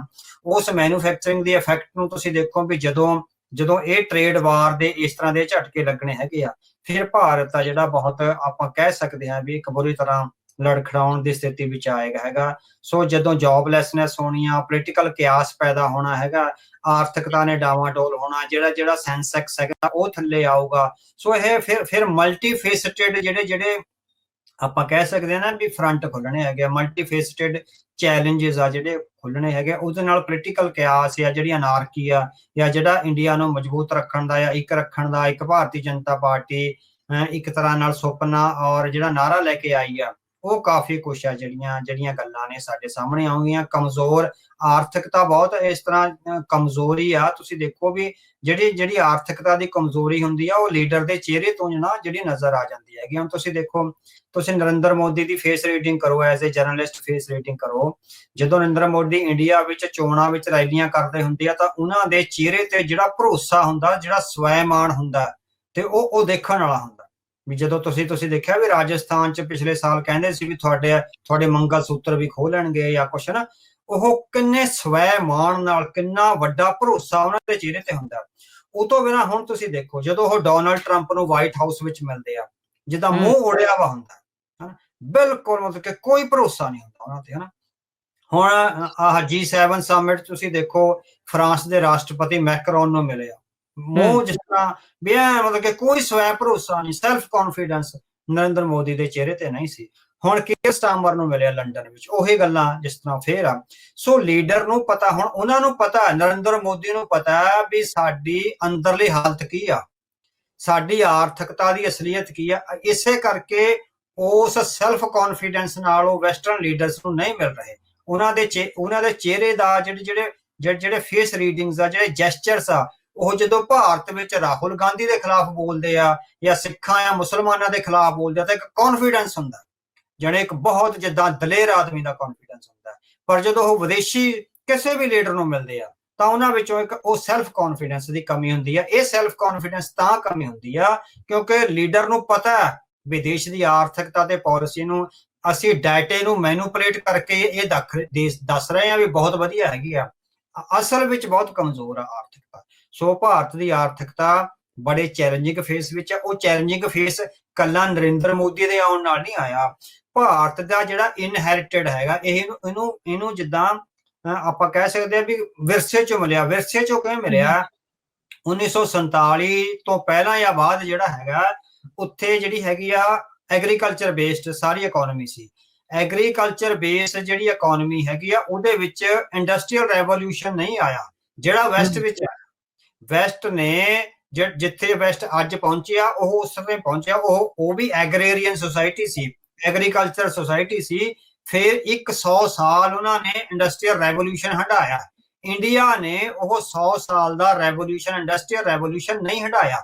ਇੰਡੀਆ ਵਿੱਚ ਇੰਡਸਟਰੀਅਲ ਰੈਵੋਲੂਸ਼ਨ ਨਹੀਂ ਆਇਆ, ਬਿਲਕੁਲ ਵੀ ਨਹੀਂ ਆਇਆ। ਬਹੁਤ ਛੋਟੀਆਂ ਕੁਝ ਜਿਹੜੀਆਂ ਫੈਕਟਰੀਆਂ, ਜਿੰਨੀ ਕੁ ਉਹਨਾਂ ਦੀ ਜਿਹੜੀ ਆਪਣੀ ਉਹਦੇ ਲਈ ਹੱਬ ਲਈ ਆਪਣੀਆਂ ਜ਼ਰੂਰਤਾਂ ਲਈ ਫੈਕਟਰੀਆਂ ਲੱਗੀਆਂ, ਉਹ ਵੀ ਇਨੋਵੇਟਿਵ ਨਹੀਂ ਨੇ। ਉਹ ਵੀ ਜਿਸ ਤਰ੍ਹਾਂ ਵੀ ਕੋਈ ਕਾਪੀਰਾਈਟ, ਕੋਈ ਇਨੋਵੇਸ਼ਨ ਜਾਂ ਕੋਈ ਰਿਸਰਚ ਬੇਸ ਨਹੀਂ ਨੇ। ਉਹ ਜਸਟ ਧੱਕੇ ਨਾਲ ਹੀ ਜਿੱਦਾਂ ਲੋਕਲ ਨੀਡਸ ਨੂੰ ਆ ਜਿਹੜਾ ਉਹ ਕਰਕੇ ਚਲਾਈਆਂ ਜਾਂਦੀਆਂ। ਸੋ ਉਹ ਜਿਹੜਾ ਇੰਡੀਅਨ ਇਕਨੋਮੀ ਹੈਗੀ ਆ, ਉਹ ਐਗਰੀਕਲਚਰ ਤੋਂ ਸਰਵਿਸਿਜ਼ ਵਿੱਚ ਜੰਪ ਕਰ ਗਈ ਹੋਈ ਆ। ਜਿਹੜਾ ਵਿਚਾਲੇ ਵਾਲਾ ਪਾੜਾ ਇੰਡਸਟਰੀਅਲ ਰੈਵੋਲੂਸ਼ਨ ਵਾਲਾ, ਉਹ ਫੇਜ਼ ਉਹਨੇ ਸਹਿਆ ਨਹੀਂ ਹੈਗਾ। ਉਹ ਫੇਜ਼ ਜਿਹੜਾ ਨਹੀਂ ਸਹਿਆ, ਜਿਹੜੀ ਡਿਵੈਲਪਮੈਂਟ, ਉਹ ਜਿਹੜੀ ਜਿੱਦਾਂ ਹੁੰਦਾ ਵੀ ਬੱਚਾ 5 ਸਾਲ ਤੋਂ ਬਾਅਦ ਸਿੱਧਾ 65 ਸਾਲ ਦਾ ਹੋ ਜਾਵੇ, ਇਹ ਆ ਵੀ ਜਿਹੜੀ ਉਹਦੇ 6 7 8 10 12 15 20 25 50 ਸਾਲ ਜਿਹੜੇ ਉਹ ਜਿਉਣੇ ਸੀ, ਉਹ ਜਿਉਣੇ ਨਹੀਂ ਹੈਗੇ। ਉਹਦੇ ਨਾਲ ਮਾਨਸਿਕ ਐਂਡ ਸਰੀਰਕ ਕਮਜ਼ੋਰੀ ਆਉਂਦੀ ਆ ਬੱਚੇ 'ਚ, ਵੀ 5 ਤੋਂ ਬਾਅਦ ਸਿੱਧਾ 65 ਦਾ ਹੋ ਗਿਆ ਹਨਾ। ਸੋ ਇਸ ਤਰ੍ਹਾਂ ਜਿਹੜੀ ਉਹ ਡੈਫੀਸ਼ੀਐਂਸੀ ਹੈਗੀ ਹੈ ਇੰਡੀਅਨ ਇਕਨੋਮੀ ਨੂੰ ਤੇ ਮਾਰਕੀਟ ਨੂੰ ਤੇ ਉਹਦੇ ਸਟਰਕਚਰ ਨੂੰ, ਡਿਵੈਲਪਮੈਂਟ ਦੇ ਨੂੰ, ਉਹ ਜਿਹੜੀ ਵੱਡ ਖਾ ਰਹੀ ਹੈਗੀ ਆ। ਉਹ ਫਿਰ ਡੈਫੀਸ਼ੀਐਂਸੀ ਹੁਣ ਸਾਹਮਣੇ ਆਏਗੀ ਜਦੋਂ ਚਾਈਨਾ ਇਸ ਗੱਲੋਂ ਸੇਫ ਕਰ ਗਿਆ ਆਪਣੇ ਆਪ। ਚਾਈਨਾ ਨੇ ਐਡੀ ਵੱਡੀ ਇੰਡਸਟਰੀਅਲ ਹੱਬ ਲਾਈ ਹੈਗੀ ਆ ਵੀ ਉਹ ਤਾਂ ਜਿੱਦਾਂ ਕੱਲੀ ਚਾਈਨੀਜ਼ ਇੰਡਸਟਰੀ ਨਹੀਂ ਰਹਿ ਗਿਆ, ਉਹ ਵਰਲਡ ਦੀ ਇੰਡਸਟਰੀ ਬਣ ਕੇ ਰਹਿ ਗਿਆ। ਸਹੀ ਗੱਲ ਹਨਾ ਵੀ ਉਹਦੇ ਵਿੱਚ ਇੰਡਸਟਰੀਅਲ ਰੈਵੋਲੂਸ਼ਨ ਇੰਨਾ ਆਇਆ ਵੀ ਡਬਲ ਟ੍ਰਿਪਲ ਨਾਲੋਂ ਵੀ ਜ਼ਿਆਦਾ 10 ਗੁਣਾ ਜਾਂ 20 ਗੁਣਾ ਜਿਹੜੀ ਜੋ ਕੈਲਕੂਲੇਸ਼ਨ ਕਰੀਏ ਕਿੰਨਾ ਆਇਆ। ਸੋ ਚਾਈਨਾ ਸਰਵਾਈਵ ਤਾਂ ਹੀ ਕਰ ਰਿਹਾ। ਚਾਈਨਾ ਜਿਹੜਾ ਹੈਗਾ ਚੈਲੰਜ ਵੀ ਤਾਂ ਹੀ ਕਰ ਰਿਹਾ ਅਮਰੀਕਾ ਨੂੰ, ਕਿਉਂਕਿ ਇੰਡਸਟਰੀਅਲ ਰੈਵੋਲੂਸ਼ਨ ਦੇ ਫੇਜ਼ ਵਿੱਚੋਂ ਉਹ ਲੰਘ ਰਿਹਾ। ਬੇਸ਼ੱਕ ਪਿੱਛੇ ਆ, ਪਰ ਉਹ ਲੰਘ ਰਿਹਾ। ਉਹਨੇ ਆਪਣਾ ਐਗਰੇਰੀਅਨ ਸੋਸਾਇਟੀ ਨੂੰ ਇੰਡਸਟਰੀ ਵਿੱਚ ਡਿਵੈਲਪ ਕਰਕੇ ਹੁਣ ਟੈਕਨੋਲੋਜੀ ਤੱਕ ਉਹਨੇ ਪੈਰ ਪਸਾਰ ਲਏ ਨੇ। ਇਸੇ ਕਰਕੇ ਉਹ ਚੈਲੰਜ ਦੇ ਰਿਹਾ। ਇੰਡੀਆ ਦੀ ਉਹ ਇਨਹੈਰਿਟਡ ਵੀਕਨੈਸ ਹੈਗੀ ਹੈ ਜਿਹੜੀ ਵੀ ਇੰਡਸਟਰੀਅਲ ਰੈਵੋਲੂਸ਼ਨ ਨਹੀਂ ਆਇਆ, ਉਹ ਅੱਜ ਦੀ ਲੀਡਰਸ਼ਿਪ ਲਈ, ਸਮੁੱਚੀ ਭਵਿੱਖ ਦੀਆਂ ਲੀਡਰਸ਼ਿਪ ਲਈ ਬਹੁਤ ਵੱਡੇ ਚੈਲੰਜਸ ਆ। ਇੰਡੀਆ ਦੇ ਜਿਹੜੇ ਹੁਣ ਵੀ ਵੱਡੇ ਵਪਾਰੀ ਨੇ, ਅੰਬਾਨੀ ਅਡਾਨੀ, ਉਹ ਹਲੇ ਵੀ ਰਿਸਰਚ ਵਿੱਚ ਨਹੀਂ ਪੈਸਾ ਲਾ ਰਹੇ, ਸਿਰਫ ਟ੍ਰੇਡ ਵਿੱਚ ਪੈਸਾ ਲਾ ਰਹੇ ਆ ਵੀ ਸਸਤਾ ਖਰੀਦੋ ਤੇ ਮਹਿੰਗਾ ਵੇਚ ਕੇ ਵਿੱਚੋਂ ਪੈਸੇ ਕਮਾਓ ਤੇ ਜਾਓ, ਹਨਾ। ਸੋ ਇਹ ਸ਼ੀਤਲ ਸਿੰਘ ਆ, ਭਾਰਤ ਦੇ ਬਹੁਤ ਵੱਡੇ ਇਕਨੋਮਿਕ ਜਰਨਲਿਸਟ ਆ, ਉਹ ਲਗਾਤਾਰ ਇਹ ਗੱਲ ਕਹਿ ਰਹੇ ਹੈਗੇ ਵੀ ਭਾਰਤ ਦਾ ਜਿਹੜਾ ਵਪਾਰੀ ਹੈਗਾ ਇਨੋਵੇਟਿਵ ਨਹੀਂ ਹੈਗਾ, ਰਿਸਰਚ ਬੇਸਡ ਨਹੀਂ ਹੈਗਾ, ਸਿਰਫ ਸਸਤਾ ਮਾਲ ਖਰੀਦ ਕੇ ਉਹਨੂੰ ਹੀ ਮਹਿੰਗਾ ਵੇਚ ਕੇ ਵਿੱਚੋਂ ਪੈਸੇ ਕੱਢ ਰਿਹਾ। ਸੋ ਇਹ ਦਲਾਲ ਹੈ। He is not an innovative entrepreneur. ਜੀ ਨਹੀਂ, ਸੋ ਦੇਖੋ ਕਾਫੀ ਕੁਛ ਇਸ ਦੇ ਵਿੱਚ ਚੀਜ਼ਾਂ ਜਿਹੜੀਆਂ ਇਸ ਟਾਈਮ ਲਗਾਤਾਰ ਆਪਣੇ ਸਾਹਮਣੇ ਅਵਤਾਰ ਸਿੰਘ ਜੀ ਜਿਹੜੀਆਂ ਆ ਰਹੀਆਂ ਆ, ਕਿਸ ਤਰੀਕੇ ਦੇ ਨਾਲ ਚੱਲ ਰਿਹਾ ਆ। ਹੁਣ ਇਸ ਦੇ ਵਿੱਚ ਅੱਗੇ ਵਧਦੇ ਆ। ਜਿਹੜੀ ਗੱਲ ਦਾ ਤੁਸੀਂ ਵਿੱਚ ਜਿਹੜਾ ਜ਼ਿਕਰ ਕੀਤਾ ਵੀ ਚਾਈਨਾ ਦੇ ਨਾਲ ਇਹ ਨਜ਼ਦੀਕੀ ਜਿਹੜੀ ਵਧਾਉਣ ਵਾਲੀ ਗੱਲ ਆ, ਸੋ ਜਿਹੜਾ ਫੋਰਨ ਪਾਲਿਸੀ ਨੇ ਹੁਣ ਇੱਕ ਆਰਟੀਕਲ ਲਿਖਿਆ ਆ, ਉਹ ਵੀ ਕੁਝ ਦਿਨ ਪਹਿਲਾਂ, ਆਈ ਥਿੰਕ ਇਹ ਵੀ ਇਕਨੋਮਿਕ ਮਾਹਰ ਨੇ ਇੰਡੀਆ ਦੇ ਜਿਹੜੇ ਜਰਨਲਿਸਟ ਆ, ਉਸ ਦੇ ਵਿੱਚ ਜਿਹੜੇ ਸੁਸ਼ਾਂਤ ਸਿੰਘ, ਉਹਨਾਂ ਨੇ ਯੂਨੀਵਰਸਿਟੀ ਚ, ਹਾਂਜੀ, ਉਹਨਾਂ ਨੇ ਲਿਖਿਆ ਵੀ ਅਮਰੀਕਾ ਜਿਹੜਾ ਇਸ ਟਾਈਮ ਜਿਹੜੇ ਸਖਤ ਸਮਝੌਤੇ ਪਾ ਰਿਹਾ ਆ ਭਾਰਤ ਦੇ ਉੱਤੇ ਟ੍ਰੇਡ ਡੀਲ ਦੇ ਲਈ, ਇਹ ਕਿਤੇ ਨਾ ਕਿਤੇ ਭਾਰਤ ਨੂੰ ਚੀਨ ਵੱਲ ਨੂੰ ਜਿਹੜਾ ਉਹ ਧੱਕ ਰਿਹਾ ਹੈ। ਇਸ ਦਾ ਮਤਲਬ ਕੀ ਆ? ਹਾਂਜੀ, ਸੋ ਉਹਨਾਂ ਦਾ ਜਿਹੜਾ ਆਰਟੀਕਲ ਹੈਗਾ ਆਇਆ ਹੈਗਾ, Trump is pushing India to submit to China. ਇਹ ਸੁਸ਼ਾਂਤ ਸਿੰਘ ਆ, ਯੇਲ ਯੂਨੀਵਰਸਿਟੀ ਵਿੱਚ ਪ੍ਰੋਫੈਸਰ ਨੇ, ਤੇ ਜਿਹੜਾ ਕਾਰਵਾ ਮੈਗਜ਼ੀਨ ਆ ਉਹਦੇ ਲਈ ਜਿਸ ਤਰ੍ਹਾਂ ਹੈਗੇ ਆ ਉਹ ਲਗਾਤਾਰ ਆ ਜਿਹੜੇ ਲਿਖਦੇ ਰਹਿ ਗਏ। ਹੁਣ ਕਿਉਂਕਿ ਆਰਥਿਕ ਸਮੱਸਿਆਵਾਂ ਜਿਹੜੀਆਂ ਭਾਰਤ ਦੇ ਸਾਹਮਣੇ, ਜਿਨ੍ਹਾਂ ਦਾ ਆਪਾਂ ਜ਼ਿਕਰ ਕਰਿਆ ਹੈਗਾ, ਸੋ ਉਹਨਾਂ ਦੇ ਸੰਦਰਭ ਵਿੱਚ ਹੀ ਜਿਹੜਾ ਹੈਗਾ ਇਹਨਾਂ ਨੇ, ਮਿਸਟਰ ਸੁਸ਼ਾਂਤ ਸਿੰਘ ਨੇ ਇਹ ਆਰਟੀਕਲ ਲਿਖਿਆ। ਉਹ ਕਹਿੰਦੇ ਵੀ ਭਾਰਤ ਦੇ ਜਿਹੜੇ ਨੀਤੀ ਘਾੜੇ ਹੈਗੇ ਆ, ਜਿਸ ਕਿਸਮ ਦੀਆਂ ਟਰੰਪ ਵੱਲੋਂ ਚੁਣੌਤੀਆਂ ਆ ਰਹੀਆਂ, ਉਹਨਾਂ ਨੂੰ ਲੱਗ ਰਿਹਾ ਵੀ ਟਰੰਪ ਆ ਜਿਹੜਾ ਹੁਣ ਸਾਡਾ ਉਸ ਤਰ੍ਹਾਂ ਜਿਸ ਤਰ੍ਹਾਂ ਵੀ ਆਲ ਵੈਦਰ ਅਲਾਈ ਨਹੀਂ ਰਹਿ ਗਿਆ, ਵੀ ਉਹ ਸਾਡੇ ਲਈ ਉਹ ਸਾਡੀ ਸੇਫਟੀ ਐਂਡ ਸਿਕਿਉਰਿਟੀ ਦਾ ਜਾਮਨ ਨਹੀਂ ਰਹਿ ਗਿਆ। ਭਾਰਤ ਦੇ ਰਾਜਨੀਤੀਵਾਨਾਂ ਤੇ ਡਿਪਲੋਮੈਟਸ ਨੂੰ ਇਹ ਸਮਝ ਆ ਗਈ ਹੈਗੀ ਆ ਵੀ ਅਸੀਂ ਜੇ ਚਾਈਨਾ ਨਾਲ ਲੜਨਾ ਹੁੰਦਾ ਤਾਂ ਅਮਰੀਕਾ ਦੀ ਸਿਕਿਉਰਿਟੀ ਤੋਂ ਬਿਨਾਂ ਨਹੀਂ ਲੜ ਸਕਦਾ। ਭਾਰਤ ਨੂੰ ਇਹ ਸਮਝ ਹੈਗੀ ਆ ਵੀ ਅਸੀਂ ਜੇ ਚਾਈਨਾ ਨਾਲ ਲੜ ਸਕਦੇ ਹਾਂ, ਚਾਈਨਾ ਨਾਲ ਕੱਲਿਆਂ ਲੜਨ ਦਾ ਭਾਰਤ ਸੁਪਨਾ ਵੀ ਨਹੀਂ ਲੈ ਸਕਦਾ। ਚਾਈਨਾ ਇੰਨੀ ਜ਼ਿਆਦਾ ਵੱਡੀ ਮੰਡੀ ਔਰ ਜਿਹੜੀ ਤਾਕਤ ਆ ਉਹ ਬਣ ਗਿਆ, ਇਹ ਭਾਰਤ ਨੂੰ ਪਤਾ ਹੈਗਾ। ਭਾਰਤ ਇਸੇ ਕਰਕੇ ਸੀ ਵੀ ਅਮਰੀਕਾ ਸਾਡੀ ਹਮਾਇਤ ਤੇ ਪਿੱਠ ਤੇ ਆਊਗਾ, ਇਸ ਲਈ ਜਿਹੜਾ ਹੈਗਾ ਅਮਰੀਕਾ ਦੀ ਸਹਾਇਤਾ ਨਾਲ ਅਸੀਂ ਚਾਈਨਾ ਨੂੰ ਚੈਲੰਜ ਕਰ ਸਕਦੇ ਹਾਂ, ਉਹ ਆਪਣੇ ਤੌਰ ਤੇ ਨਹੀਂ ਕਰ ਸਕਦੇ। ਹੁਣ ਜਦੋਂ ਅਮਰੀਕਨ ਟਰੰਪ ਆ ਜਿਹੜੇ ਹੈਗੇ ਵੀ ਉਹ ਲਗਾਤਾਰ ਭਾਰਤ ਨੂੰ ਖੂੰਜੇ ਲਾ ਰਹੇ ਹੈਗੇ ਆ, ਉਹਨਾਂ ਦੀ ਬਾਹ ਮਰੋੜ ਰਹੇ ਹੈਗੇ ਆ। ਸੋ ਇੱਕ ਤਰ੍ਹਾਂ ਨਾਲ ਕੁਐਡ ਵਿੱਚੋਂ ਵੀ ਹੌਲੀ ਹੌਲੀ ਇਸ ਤਰ੍ਹਾਂ ਦੀਆਂ ਗੱਲਾਂ ਉੱਭਰ ਰਹੀਆਂ ਨੇ। ਉਹਨਾਂ ਨੂੰ ਵੀ ਚੈਲੰਜ ਆ ਜਿਹੜਾ ਅਮਰੀਕਨ ਫੋਰਨ ਸੈਕਟਰੀ ਨੇ ਜਿਹੜਾ ਹੈਗਾ ਕਰ ਦਿੱਤਾ ਹੋਇਆ ਹੈਗਾ। ਸੋ ਉਹਦੇ ਚੋਂ ਭਾਰਤ ਦੇ ਨੀਤੀ ਘਾੜਿਆਂ ਨੇ ਇਹ ਸਿੱਟਾ ਕੱਢਿਆ ਹੈਗਾ ਵੀ ਹੁਣ ਅਮਰੀਕਾ ਤੇ ਬਹੁਤ ਜ਼ਿਆਦਾ ਭਰੋਸਾ ਕਰਨ ਨਾਲੋਂ ਆਪਾਂ ਘੱਟੋ ਘੱਟ ਚੀਨ ਨਾਲ ਰਿਸ਼ਤੇ ਸੁਧਾਰ ਲਏ। ਵੀ ਚੀਨ ਸਾਡੇ ਗੁਆਂਢ ਵਿੱਚ ਹੈ, ਚੀਨ ਨਾਲ ਜਿਹੜੇ ਹੈਗੇ ਰਿਸ਼ਤੇ ਸੁਧਾਰ ਕੇ ਸਾਡੀ ਜਿਹੜਾ ਸਰਵਾਈਵਲ ਆ ਹੋ ਸਕਦਾ ਹੈਗਾ। ਅਮਰੀਕਾ 4 ਸਾਲ ਕਿਸ ਤਰ੍ਹਾਂ ਦੀ ਨੀਤੀ ਬਣਾਉਂਦਾ, ਕਿਸ ਤਰ੍ਹਾਂ ਦੀ ਨਹੀਂ ਬਣਾਉਂਦਾ, ਹਨਾ। ਹੁਣ ਤੁਸੀਂ ਦੇਖੋ ਵੀ ਜਿਹੜੇ ਹੈਗੀ ਆ ਕਹਿੰਦਾ ਵੀ ਜਿਹੜੇ ਸੁਸ਼ਾਂਤ ਸਿੰਘ ਆ ਲਿਖਦੇ Trump policy has stripped India of strategic cover, ਵੀ ਜਿਹੜੀ ਟਰੰਪ ਦੀ ਪਾਲਿਸੀ ਨੇ ਜਿਹੜਾ strategic cover, military strategic cover ਤੇ ਇੰਟੈਲੀਜੈਂਸ ਦਾ ਕਵਰ ਅਮਰੀਕਾ ਵੱਲੋਂ ਪ੍ਰਦਾਨ ਹੁੰਦਾ ਸੀ ਭਾਰਤ ਨੂੰ, ਉਹਦੇ ਤੋਂ ਸਟ੍ਰਿਪ ਹੋ ਗਿਆ ਕਿ ਉਹ ਲੈ ਗਿਆ ਹੋਇਆ। ਹੁਣ ਤੁਸੀਂ ਦੇਖੋ ਉਹਨੇ ਸੁਸ਼ਾਂਤ ਸਿੰਘ ਨੇ ਫਿਰ ਘਟਨਾਵਾਂ ਦਿੱਤੀਆਂ ਨੇ, ਕਹਿੰਦਾ ਵੀ ਚੀਨ ਨੇ ਹੁਣ ਜਿਹੜੀ ਜੰਗ ਲੱਗੀ ਆ ਉਹਦੇ ਵਿੱਚ ਪਾਕਿਸਤਾਨ ਨੂੰ ਪੂਰੀ ਤਰ੍ਹਾਂ ਸਹਾਇਤਾ ਦਿੱਤੀ, ਐਨ ਮਿਲਟਰੀ ਇੰਟੈਲੀਜੈਂਸ ਦਿੱਤੀ ਤੇ ਸਾਰਾ ਕੁਛ ਹੈ ਜਿਹੜਾ ਉਹਦੇ ਨਾਲ ਡਟ ਕੇ ਖੜਿਆ, ਉਹਨੂੰ ਸਾਰੀ ਜਿਹੜੀ ਸਹਾਇਤਾ ਦਿੱਤੀ। ਉਹ ਤੋਂ ਬਿਨਾਂ ਜਿਹੜੀ ਫੌਕਸਕੌਨ ਕੰਪਨੀ ਹੈਗੀ ਆ ਐਪਲ ਦੇ ਜਿਹੜੇ ਬਣਾਉਂਦੀ ਸੀ ਫੋਨ ਬਣਾਉਂਦੀ ਸੀ, ਉਹਦਾ 300 ਚਾਈਨੀਜ਼ ਇੰਜੀਨੀਅਰ ਸੀ ਜਿਹੜਾ ਇੱਕਦਮ ਵਿਦਡਰਾ ਕਰ ਲਿਆ ਗਿਆ ਇੰਡੀਆ ਵਿੱਚ, ਠੀਕ ਹੈ ਨਾ। ਤੇ ਦੂਸਰਾ ਅਗਲਾ ਕਹਿੰਦਾ ਵੀ ਜਿਹੜਾ ਬਾਰਡਰ ਏਰੀਆ ਵਿੱਚ ਜਿਹੜੇ ਕਲੈਸ਼ਿਸ ਹੁੰਦੇ ਸੀ, ਕਲੈਸ਼ਿਸ ਤੋਂ ਬਾਅਦ ਨਾ ਇੱਕ ਜਿਹੜੀ ਜਿੰਨੀ ਕੁ ਵੀ ਗੱਲਬਾਤ ਹੋਈ ਉਹ ਤੋਂ ਬਾਅਦ ਇੱਕ ਬਫਰ ਜ਼ੋਨ ਬਣਿਆ ਸੀ ਵੀ ਉਸ ਬਫਰ ਜ਼ੋਨ ਵਿੱਚ ਕਿਤੇ ਕਿਤੇ ਭਾਰਤ ਦੇ ਫੌਜੀ ਵੀ ਚਲੇ ਜਾਇਆ ਕਰਨਗੇ, ਕਦੇ ਕਦੇ ਚਾਈਨਾ ਦੇ ਆ ਜਾਣਗੇ, ਵੀ ਉਹ ਕਿਸੇ ਦਾ ਵੀ ਨਹੀਂ ਹੋਏਗਾ ਨਾ। ਉੱਥੋਂ ਭਾਰਤੀ ਫੌਜੀਆਂ ਦੀ ਸਰਗਰਮੀ ਬਿਲਕੁਲ ਬੰਦ ਕਰਤੀ ਹੈ ਚੀਨ ਨੇ, ਹਨਾ। ਸੋ ਉਹ ਤੋਂ ਬਾਅਦ ਵੀ ਅਰੁਣਾਚਲ ਪ੍ਰਦੇਸ਼ ਦੇ ਬਹੁਤ ਸਾਰੇ ਪਿੰਡਾਂ ਦੇ ਨਾਂ ਹੈ ਜਿਹੜੇ ਉਹ ਬਦਲ ਦਿੱਤੇ ਹੋਏ ਆ।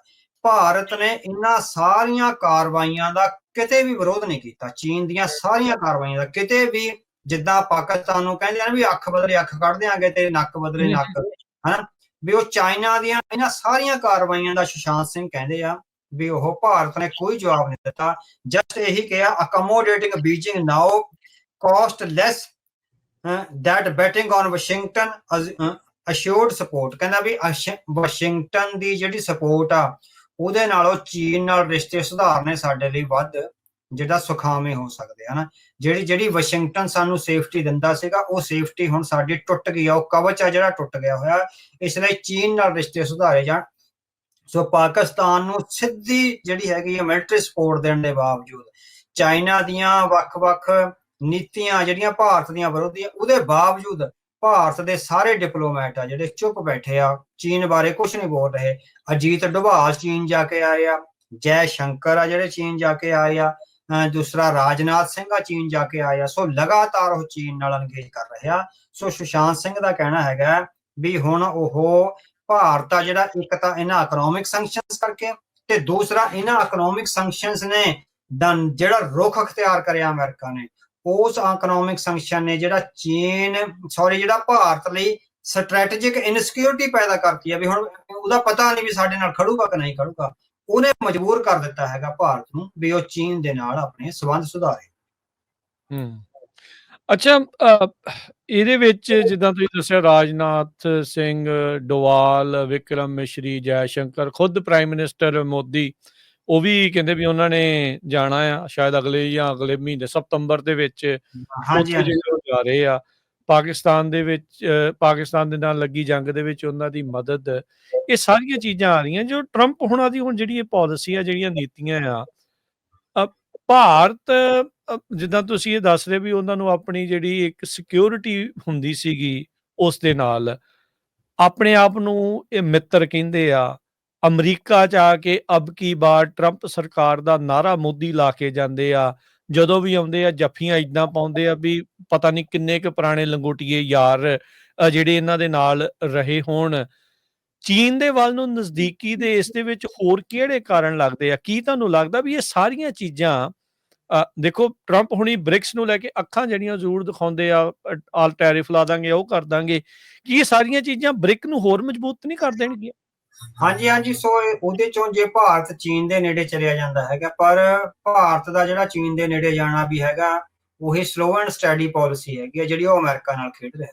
ਸੋ ਇਹ ਅਮਰੀਕਾ ਵੀ ਸ਼ਾਇਦ ਸਮਝ ਰਿਹਾ ਹੋਵੇ ਤੇ ਚਾਈਨੀਜ਼ ਅਧਿਕਾਰੀ ਵੀ ਚਾਈਨੀਜ਼ ਅਧਿਕਾਰੀ ਦਾ ਭਾਰਤ ਬਾਰੇ ਕਾਫੀ ਵਧੀਆ ਜਿਹੜਾ ਸਮਝ ਰਿਹਾ ਹੈਗਾ। ਉਹਨਾਂ ਨੂੰ ਵੀ ਲੱਗਦਾ ਵੀ ਭਾਰਤ ਇਹ ਵਕਤੀ ਤੌਰ ਤੇ ਸਾਡੇ ਨੇੜੇ ਹੋ ਰਿਹਾ, ਵੀ ਉਹ ਇੱਕ ਤਰ੍ਹਾਂ ਨਾਲ ਵੀ ਹਾਲ ਦੀ ਘੜੀ ਕਿਉਂਕਿ ਉਹਨੂੰ ਸਟ੍ਰੈਟੇਜਿਕ ਚੈਲੰਜਸ ਹੈਗੇ ਆ, ਉਹਦੀ ਮਤਲਬ ਮਜਬੂਰੀ ਆ।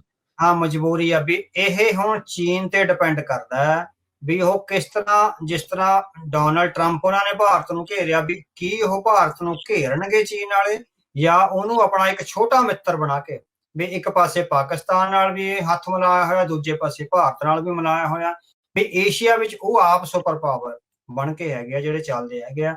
ਹੁਣ ਤੁਸੀਂ ਦੇਖੋ ਵੀ ਆਹ ਜਿਹੜਾ ਜੰਗ ਵਿੱਚ ਇੰਨੀ ਜ਼ਿਆਦਾ ਪਾਕਿਸਤਾਨ ਦੀ ਮਦਦ ਕਰਨ ਦੇ ਬਾਵਜੂਦ ਵੀ ਭਾਰਤ ਨੇ ਪਾਕਿਸਤਾਨ ਦੀ ਨਿਖੇਧੀ ਕਰੀ ਆ, ਚੀਨ ਦੀ ਨਿਖੇਧੀ ਨਹੀਂ ਕਰੀ, ਨਾਂ ਲੈ ਕੇ ਉਹਦਾ ਕੋਈ ਵੀ ਨਹੀਂ ਗਿਆ ਹਨਾ। ਉਹਨਾਂ ਨੇ ਕਹਿੰਦੇ ਵੀ ਜੈ ਸ਼ੰਕਰ ਨੇ ਜਿਹੜਾ ਹੈਗਾ ਵੀ ਐਨ ਜਿਹੜਾ ਸਪਸ਼ਟ ਰੂਪ ਵਿੱਚ ਨਿਖੇਧੀ ਕਰਨ ਦਾ ਉਸ ਫੇਜ਼ ਨੂੰ ਅਵਾਇਡ ਕਰਿਆ ਹੈਗਾ ਨਾ। ਉਹ ਕਹਿੰਦੇ return to status quo ante on the border instead praising a positive trajectory in bilateral ties. ਉਹ ਕਹਿੰਦੇ ਵੀ ਜਿਹੜੀਆਂ ਹੁਣ ਭਾਰਤ ਦੇ ਚਾਈਨਾ ਨੇ ਭਾਰਤ ਦੀਆਂ ਇੱਕ ਤਾਂ ਜਿਹੜੇ ਅਰੁਣਾਚਲ ਪ੍ਰਦੇਸ਼ ਦੇ ਨਾਂ ਬਦਲੇ ਉਹ, ਤੇ ਦੂਸਰਾ ਭਾਰਤੀ ਫੌਜੀਆਂ ਦੀ ਸਰਗਰਮੀ ਨੂੰ ਲਿਮਟ ਕਰਨ ਦੇ ਖਿਲਾਫ ਜੈ ਸ਼ੰਕਰ ਨੇ ਇਹ ਕਿਹਾ ਹੈਗਾ ਵੀ ਅਸੀਂ ਚੀਨ ਨਾਲ ਜਿਹੜੀ ਹੈਗੀ ਸਿੱਧੀ ਅੱਖਾਂ ਵਿੱਚ ਅੱਖਾਂ ਪਾ ਕੇ ਜਿਹੜੀ ਉਹਦੀ ਨਿਖੇਧੀ ਕਰਨ ਵਾਲੀ ਪਾਲਿਸੀ ਨੂੰ ਇੱਕ ਤਰ੍ਹਾਂ ਨਾਲ ਬਦਲ ਰਹੇ ਹੈਗੇ ਆ। So we are praising a positive trajectory in bilateral ties. ਅਸੀਂ ਦੇਖ ਰਹੇ ਹਾਂ ਵੀ ਇਹਨਾਂ ਜਿਹੜੀਆਂ ਹੈਗੀਆਂ ਚੀਨ ਦੀਆਂ ਹਰਕਤਾਂ ਦੇ ਬਾਵਜੂਦ ਵੀ ਜੇ ਸਾਡੇ ਦੋਹਾਂ ਦੇ ਰਿਲੇਸ਼ਨ ਕਿਤੇ ਪੋਜ਼ਿਟਿਵਲੀ ਇਵੋਲਵ ਹੋ ਸਕਦੇ ਆ, ਵੀ ਅਸੀਂ ਉਹ ਜਿਹੜਾ ਹੈਗਾ ਅੱਗੇ ਵਧਾਉਣ ਦੀ ਕੋਸ਼ਿਸ਼ ਕਰੀਏ ਨਾ। ਭਾਰਤ ਕਹਿੰਦਾ ਵੀ ਚੀਨ ਨੂੰ ਚੁਣੌਤੀ ਨਹੀਂ ਦੇਣਾ ਚਾਹੁੰਦਾ। ਚੀਨ ਦੀ ਆਰਥਿਕਤਾ ਦਾ ਮੁਕਾਬਲਾ ਕਰਨਾ ਭਾਰਤ ਲਈ ਬਿਲਕੁਲ ਵੀ ਸੰਭਵ ਨਹੀਂ ਹੈ, ਇਹ ਤੇ ਸੌਖਾ ਨਹੀਂ ਹੈ। ਨੀਤੀ ਆਯੋਗ ਜਿਹੜਾ ਭਾਰਤ ਦਾ ਜਿਹੜਾ ਨੀਤੀ ਆਯੋਗ ਹੈ ਜਿਹੜਾ ਇਕੋਨਮੀ ਦੀਆਂ ਨੀਤੀਆਂ ਬਣਾਉਂਦਾ, ਉਹਨੇ ਭਾਰਤ ਸਰਕਾਰ ਨੂੰ ਸਿਫਾਰਿਸ਼ ਕਰੀ ਆ ਵੀ ਚੀਨ ਦੇ ਜਿਹੜੇ ਆਰਥਿਕ ਮਾਹਰ ਨੇ ਜਾਂ ਚੀਨ ਦੀਆਂ ਜਿਹੜੀਆਂ ਇਨਵੈਸਟਮੈਂਟ ਕੰਪਨੀਆਂ ਉਹਨਾਂ ਨੂੰ ਭਾਰਤ ਵਿੱਚ ਇਨਵੈਸਟ ਕਰਨ ਦੀ ਖੁੱਲ੍ਹ ਦਿੱਤੀ ਜਾਵੇ ਤਾਂ ਕਿ ਆਪਣੀ ਆਰਥਿਕਤਾ ਨੂੰ ਉਹ ਝਟਕਾ ਨਾ ਲੱਗੇ ਜਦੋਂ ਅਮਰੀਕਾ ਨੇ ਇੱਥੋਂ ਬਾਹਰ ਚਲਿਆ ਜਾਣਾ। ਹੁਣ ਨੀਤੀ ਆਯੋਗ ਦੀ ਇਹ ਪੋਲੀਟੀਕਲ ਲੀਡਰਸ਼ਿਪ ਨੂੰ ਸਲਾਹ ਵੀ ਤੁਸੀਂ ਚੀਨ ਨੂੰ ਲਗਾਤਾਰ ਖੋਲੋ। ਜਿਹੜਾ ਚੀਨ ਦੀਆਂ ਕੰਪਨੀਆਂ ਦੇ ਭਾਰਤ ਵਿੱਚ ਇਨਵੈਸਟ ਕਰਨ ਤੇ ਪਾਬੰਦੀਆਂ ਲੱਗੀਆਂ ਨੇ, ਜਿੰਨੀਆਂ ਕੁ ਰੋਕਾਂ ਨੇ, ਕਿਉਂਕਿ ਅਮਰੀਕਾ ਨਾਲ ਅਲਾਈ ਹੋਣ ਕਰਕੇ ਉਹ ਸੀਗੀਆਂ, ਵੀ ਉਹ ਰੋਕਾਂ ਤੋੜੋ। ਇਟ ਮੀਨਸ ਹੁਣ ਭਾਰਤ ਕਿੰਨੀ ਵਿਸ਼ਾਲਤਾ ਨਾਲ ਅੱਗੇ ਵਧ ਰਿਹਾ। ਹੁਣ ਇਹ ਵਿਸ਼ਾਲਤਾ ਟਾਈਮਲੀ ਆ, ਸ਼ਾਰਟ ਟਰਮ ਆ ਜਾਂ ਲੌਂਗ ਟਰਮ ਆ, ਇਹ ਆਪਾਂ ਅੱਜ ਪ੍ਰੈਡਿਕਟ ਨਹੀਂ ਕਰ ਸਕਦੇ ਕਿਉਂਕਿ ਡਿਪਲੋਮੇਸੀ ਵਿੱਚ ਇਸ ਤਰ੍ਹਾਂ ਦੀਆਂ ਪ੍ਰੈਡਿਕਸ਼ਨਸ ਆ ਜਿਹੜੀਆਂ ਬਿਲਕੁਲ ਵੀ ਹੁੰਦੀਆਂ। ਹਾਲਾਂਕਿ ਅਮਰੀਕਾ ਨਾਲ ਵੀ ਉਹ ਕਦੇ ਵੀ ਸੰਬੰਧ ਇਸ ਲੈਵਲ ਤੇ ਖਰਾਬ ਨਹੀਂ ਕਰਨਗੇ ਵੀ ਜਿੱਥੋਂ ਨੋ ਰਿਟਰਨ ਹੋ ਜੇ ਹਨਾ। ਸੋ ਨੋ ਰਿਟਰਨ ਉਹ ਹੁਣ ਚਾਈਨਾ ਨਾਲ ਵੀ ਨਹੀਂ ਰੱਖਣਾ ਚਾਹੁੰਦੇ ਤੇ ਨੋ ਰਿਟਰਨ ਅਮਰੀਕਾ ਨਾਲ ਵੀ ਨਹੀਂ ਰੱਖਣਾ ਚਾਹੁੰਦੇ। ਸੋ ਇਸ ਜਿਹੜੀ ਹੈਗੀ ਆ ਡਬਲ ਪ੍ਰੋਂਗਡ ਸਟ੍ਰੈਟਜੀ ਤੇ ਭਾਰਤ ਪਹਿਲਾਂ ਵੀ ਚੱਲਦਾ ਰਿਹਾ, ਵੀ ਅਮਰੀਕਾ ਨਾਲ ਵੀ ਅਲਾਈ ਸੀ, ਰਸ਼ੀਆ ਤੋਂ ਵੀ ਤੇਲ ਲੈਂਦਾ ਰਿਹਾ, ਚੀਨ ਨਾਲ ਵੀ ਬਹੁਤਾ ਅੜਕਾ ਨਹੀਂ ਪਾਇਆ ਹੈਗਾ, ਇਜ਼ਰਾਈਲ ਦਾ ਵੀ ਹਮਾਇਤੀ ਆ, ਫਲਸਤੀਨ ਦੀ ਵੀ ਕਰੀ ਜਾਂਦਾ। ਸੋ ਇਹ ਜਿਹੜਾ ਹੈਗਾ ਮਤਲਬ ਕਿ ਆਪਣੇ ਮੁਲਕ ਵਿੱਚ ਮੁਸਲਮਾਨਾਂ ਦੇ ਖਿਲਾਫ ਮੁਹਿੰਮ ਚਲਾ ਰੱਖੀ ਹੈ, ਪਰ ਸਾਰੀਆਂ ਅਰਬ ਕੰਟਰੀਆਂ ਨਾਲ ਰਿਲੇਸ਼ਨ ਚੰਗੇ ਆ। ਪਰ ਹੁਣ ਜਿਹੜਾ ਹੈਗਾ ਵੀ ਇਹ ਜਿਹੜਾ ਐਕਸਿਸ ਹੈਗਾ ਇਹ ਬਦਲ ਰਿਹਾ ਹੈਗਾ। ਆਪਾਂ ਇੱਕ ਵਾਰੀ ਪ੍ਰੈਡਿਕਟ ਕਰਿਆ ਸੀ ਵੀ ਅਲਟੀਮੇਟਲੀ ਭਾਰਤ ਚਾਈਨਾ ਨਾਲ ਜਾਏਗਾ, ਉਹ ਜਿਹੜਾ ਹੈਗਾ ਵੈਸਟਰਨ ਪਾਵਰਸ ਦੇ ਨਾਲ ਨਹੀਂ ਜਾਏਗਾ। ਵੈਸਟਰਨ ਪਾਵਰਸ ਨੂੰ ਉਹ ਆਪਣੀ ਸਟ੍ਰੈਟੇਜਿਕ ਸੇਫਟੀ ਲਈ ਵਰਤ ਰਿਹਾ ਸੀਗਾ। ਇਹ ਹੁਣ ਇਹ ਉਹਦੀ ਜਿਹੜੀ ਚਾਲ ਆ ਕਿੰਨੀ ਲੰਬੀ ਚੱਲਦੀ ਆ, ਇਹ ਭਵਿੱਖ ਵਿੱਚ ਦੇਖਣ ਵਾਲੀ ਗੱਲ ਹੋਵੇਗੀ। ਇਹ ਹੁਣ ਦੇਖੋ ਚਾਈਨਾ ਨਿਆਣਾ ਨਹੀਂ, ਉਹ ਇਸ ਚੀਜ਼ ਨੂੰ ਸਮਝਦੇ ਆ ਵੀ ਇਹ ਵਕਤੀ ਤੌਰ ਦੇ ਉੱਤੇ ਸਾਡੀ ਮਦਦ ਦੇ ਲਈ ਆ ਰਿਹਾ ਆ। ਕੀ ਇਹ ਦੇਖਦੇ ਹੋਏ ਭਾਰਤ ਦੀ ਕਿਤੇ ਚੀਨ ਵੀ ਬਾਂਹ ਤਾਂ ਨਾ ਮਰੋੜੂ, ਕਿਤੇ ਭਾਰਤ ਦੇ ਲਈ ਉਹ ਸਥਿਤੀ ਤਾਂ ਨਾ ਬਣ ਜੂ ਮੋਦੀ ਦੇ ਲਈ, ਨਾ ਘਰ ਦੇ ਨਾ ਘਾਟ ਦੇ?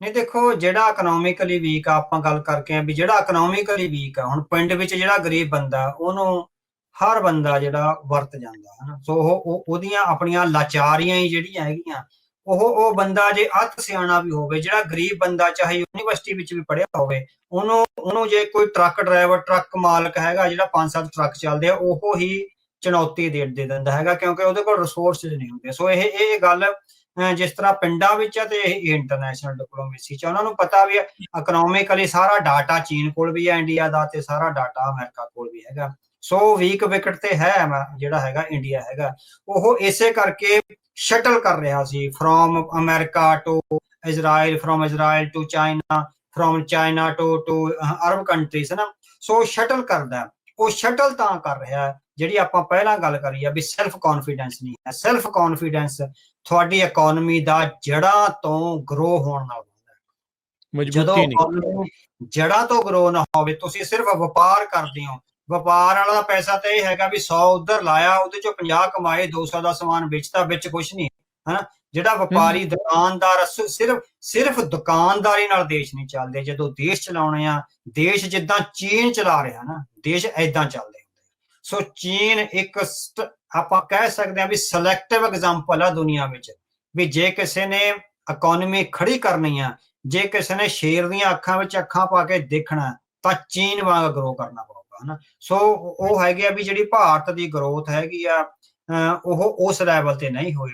ਇਹ ਬਹੁਤ ਵੱਡਾ ਜਿਹੜਾ ਗੈਪ ਹੈਗਾ ਇੰਡਸਟਰੀਅਲ ਰੈਵੋਲੂਸ਼ਨ ਦੇ ਨਾ ਆਉਣ ਦਾ। ਹੁਣ ਵੀ ਜਿਹੜੀਆਂ ਸਰਕਾਰਾਂ ਨੇ, ਉਹਨਾਂ ਦਾ ਸਾਰਾ ਜ਼ੋਰ ਫੋਰਨ ਪਾਲਿਸੀ ਤੇ ਪੈਸੇ ਖਰਚਣ ਤੇ ਲੱਗਿਆ ਹੋਇਆ। ਗਰੀਬਾਂ ਦੀ ਰੱਖ ਰਖਾਓ, ਗਰੀਬਾਂ ਦੀ ਸੰਭਾਲ, ਸਿਟੀਜ਼ਨਸ ਵਿੱਚ ਗੌਰਵ ਪੈਦਾ ਕਰਨਾ ਆਪਣੇ ਮੁਲਕ ਦਾ, ਜਾਂ ਉਹਨਾਂ ਲਈ ਰੁਜ਼ਗਾਰ ਦੇ ਮੌਕੇ ਪੈਦਾ ਕਰਨੇ, ਉਹਦੇ ਵੱਲ ਹਲੇ ਵੀ ਕੋਈ ਧਿਆਨ ਨਹੀਂ। ਇਨਫਰਾਸਟਰਕਚਰ, ਸੜਕਾਂ ਦਾ, ਟਾਇਲਟਸ ਦਾ, ਜਾਂ ਜਿਹੜੇ ਡਰੇਨੇਜ ਸਿਸਟਮ ਦਾ, ਉੱਥੇ ਕਿੰਨਾ ਬੁਰਾ ਹਾਲ ਹੈਗਾ। ਸੋ ਹੁਣ ਤੁਸੀਂ ਕਹਿ ਰਹੇ ਹੋ ਵੀ ਅਸੀਂ 5 ਟ੍ਰਿਲੀਅਨ ਦੀ ਜਿਹੜੀ ਇਕਨੋਮੀ ਬਣ ਜਾਣਾ ਹੈਗਾ, ਜਿਹੜਾ ਸਾਊਦੀ ਅਰੇਬੀਆ 1.1 ਟ੍ਰਿਲੀਅਨ ਦੀ ਇਕਨੋਮੀ ਆ, ਸਿਰਫ 1.1 ਟ੍ਰਿਲੀਅਨ ਆ। ਹੁਣ ਸਾਊਦੀ ਅਰੇਬੀਆ ਦੀਆਂ ਫੈਸਿਲਿਟੀਜ਼ ਉਹ ਇੰਡੀਆ ਦੇ ਮੁਕਾਬਲੇ ਹੈਗੀਆਂ ਕਿ ਕਿੰਨੇ ਜੀਡੀਪੀ ਦਾ ਫਰਕ ਕਿੰਨਾ ਹੈ। ਸੋ ਗੱਲ ਆ ਇਹ ਆਉਂਦੀ। ਸੋ ਇੰਡੀਆ ਨੇ ਜੇ ਚੈਲੰਜ ਨੂੰ ਉਹਨੂੰ ਤਾਂ ਵਰਤੇਗਾ, ਜਿੱਦਾਂ ਤੁਸੀਂ ਕਹਿੰਦੇ ਵੀ ਹਰੇਕ ਬੰਦਾ ਵਰਤੇਗਾ, ਤੇ ਕਿਸੇ ਕੋਈ ਮੌਕਾ ਇਹ ਆ ਸਕਦਾ ਪਾਕਿਸਤਾਨ ਵੀ ਵਰਤ ਸਕਦਾ ਹੈ। ਪਾਕਿਸਤਾਨ ਜੇ ਚਾਈਨਾ ਨਾਲ ਲੱਗ ਕੇ ਉਹਦੀ ਗਰੋਥ ਹੋਗੀ ਹਨਾ, ਸੋ ਉਹ ਵੀ ਨਾ ਵਰਤ ਜੇ। ਸੋ ਸਭ ਤੋਂ ਜਿਹੜੀ ਸਿਆਣਪ ਇਹ ਗੱਲ ਹੈਗੀ ਆ ਵੀ ਤੁਸੀਂ ਆਪਣੀ ਇਕਨੋਮੀ ਨੂੰ ਗਰੋ ਕਰੋ।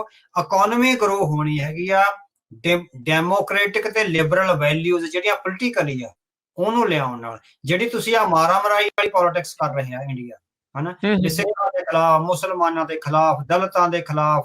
ਸੋ ਈਵਨ ਇਲੈਕਸ਼ਨ ਕਮਿਸ਼ਨ ਨੂੰ ਆਪਣੇ ਹੱਕ 'ਚ ਵਰਤ ਲਓ, ਅਦਾਲਤਾਂ ਨੂੰ ਵੀ ਵਰਤ ਲਓ। ਜਿਹੜੀ ਇਹ ਟਰਾਂਸਪੇਰੈਂਸੀ ਤੋਂ ਵਿਹੂਣੀ ਰਾਜਨੀਤੀ ਜਿਹੜੀ ਹੋ ਰਹੀ ਆ, ਇਹਦੇ ਅਸਰ ਨੇ, ਬੇਸ਼ੱਕ ਮੰਨਣ ਜਾਂ ਨਾ ਮੰਨਣ ਹਨਾ। ਸੋ ਇਹ ਅਸਰ ਪਾਉਂਦੀ ਹੈਗੀ ਆ ਤੁਹਾਡੀ ਇੰਟਰਨੈਸ਼ਨਲ ਇਮੇਜ ਤੇ, ਤੁਹਾਡੀ ਆਰਥਿਕਤਾ ਟੁੱਟਦੀ ਆ, ਕਰਪਸ਼ਨ ਨਾਲ ਤੁਹਾਡੀ ਆਰਥਿਕਤਾ ਟੁੱਟ ਰਹੀ ਆ। ਬਹੁਤ ਵੱਡੇ ਚੈਲੰਜਸ ਆ ਇਸ ਵੇਲੇ। ਇੰਡੀਆ ਬਹੁਤ ਕਰੂਸ਼ੀਅਲ ਫੇਸ ਤੇ ਹੈਗਾ। ਜੇ ਉਹ ਇਸ ਕਰੂਸ਼ੀਅਲ ਫੇਸ ਵਿੱਚ ਹਾਰ ਖਾ ਗਿਆ, ਤਾਂ ਉਹਨੂੰ ਅਮਰੀਕਾ ਵੀ ਵਰਤੂਗਾ ਤੇ ਚੀਨ ਵੀ ਵਰਤੂਗਾ। ਅਵਤਾਰ ਸਿੰਘ ਜੀ, ਇੱਥੇ ਜਿਹੜੀ ਆਪਾਂ ਇਸੇ ਦੇ ਵਿੱਚ ਅੱਗੇ ਗੱਲ ਨੂੰ ਵਧਾਉਂਦੇ ਜਾਈਏ ਤੇ ਗੱਲ ਕਰਦੇ ਹਾਂ ਜੈ ਸ਼ੰਕਰ ਹੁਣੀ, ਜਾਂ ਜਿਹੜੇ ਇੰਡੀਆ ਦੀ ਜਿਹੜੀ ਫੋਰਨ ਪਾਲਿਸੀ ਜਿਹੜੀ ਕਹਿੰਦੇ ਵੀ ਚਾਣਕਿਆ ਨੀਤੀ, ਵੀ ਬ੍ਰਾਹਮਣ ਸਰਬ ਉੱਚ ਰਾਜਾ, ਇਹਨੂੰ ਪੁੱਛ ਕੇ ਦੁਨੀਆ ਜਿਹੜੀ ਆ ਇਹਨਾਂ ਨੂੰ ਦੇਖ ਕੇ ਚੱਲੇ। ਇੱਕ ਇਸ ਪਾਲਿਸੀ ਦੇ ਉੱਤੇ ਭਾਰਤ ਜਿਹੜਾ ਕੰਮ ਕਰਦਾ ਆਇਆ, ਕੀ ਟਰੰਪ ਹੁਣਾਂ ਨੇ ਆਪਣੀਆਂ ਨੀਤੀਆਂ ਦੇ ਨਾਲ ਭਾਰਤ ਦੀ ਇੱਕ ਉਹ ਪਾਲਿਸੀ ਤੇ ਇੱਕ ਵੀ ਸਾਰਿਆਂ ਦੇ ਨਾਲ ਹੀ ਮਿਲ ਕੇ ਜਿਹੜਾ ਉਹ ਚੱਲ ਪੈਣਾ ਆ, ਵੀ ਸਾਨੂੰ ਪੁੱਛ ਕੇ ਤੁਸੀਂ ਜਿੱਦਾਂ ਉਹ ਕਰੋ, ਜਾਂ ਉਹ ਸਾਰੀਆਂ ਚੀਜ਼ਾਂ ਉਹ ਤੋੜ ਦਿੱਤੀ ਆ, ਉਹ ਭੰਨ ਦਿੱਤੀ ਆ?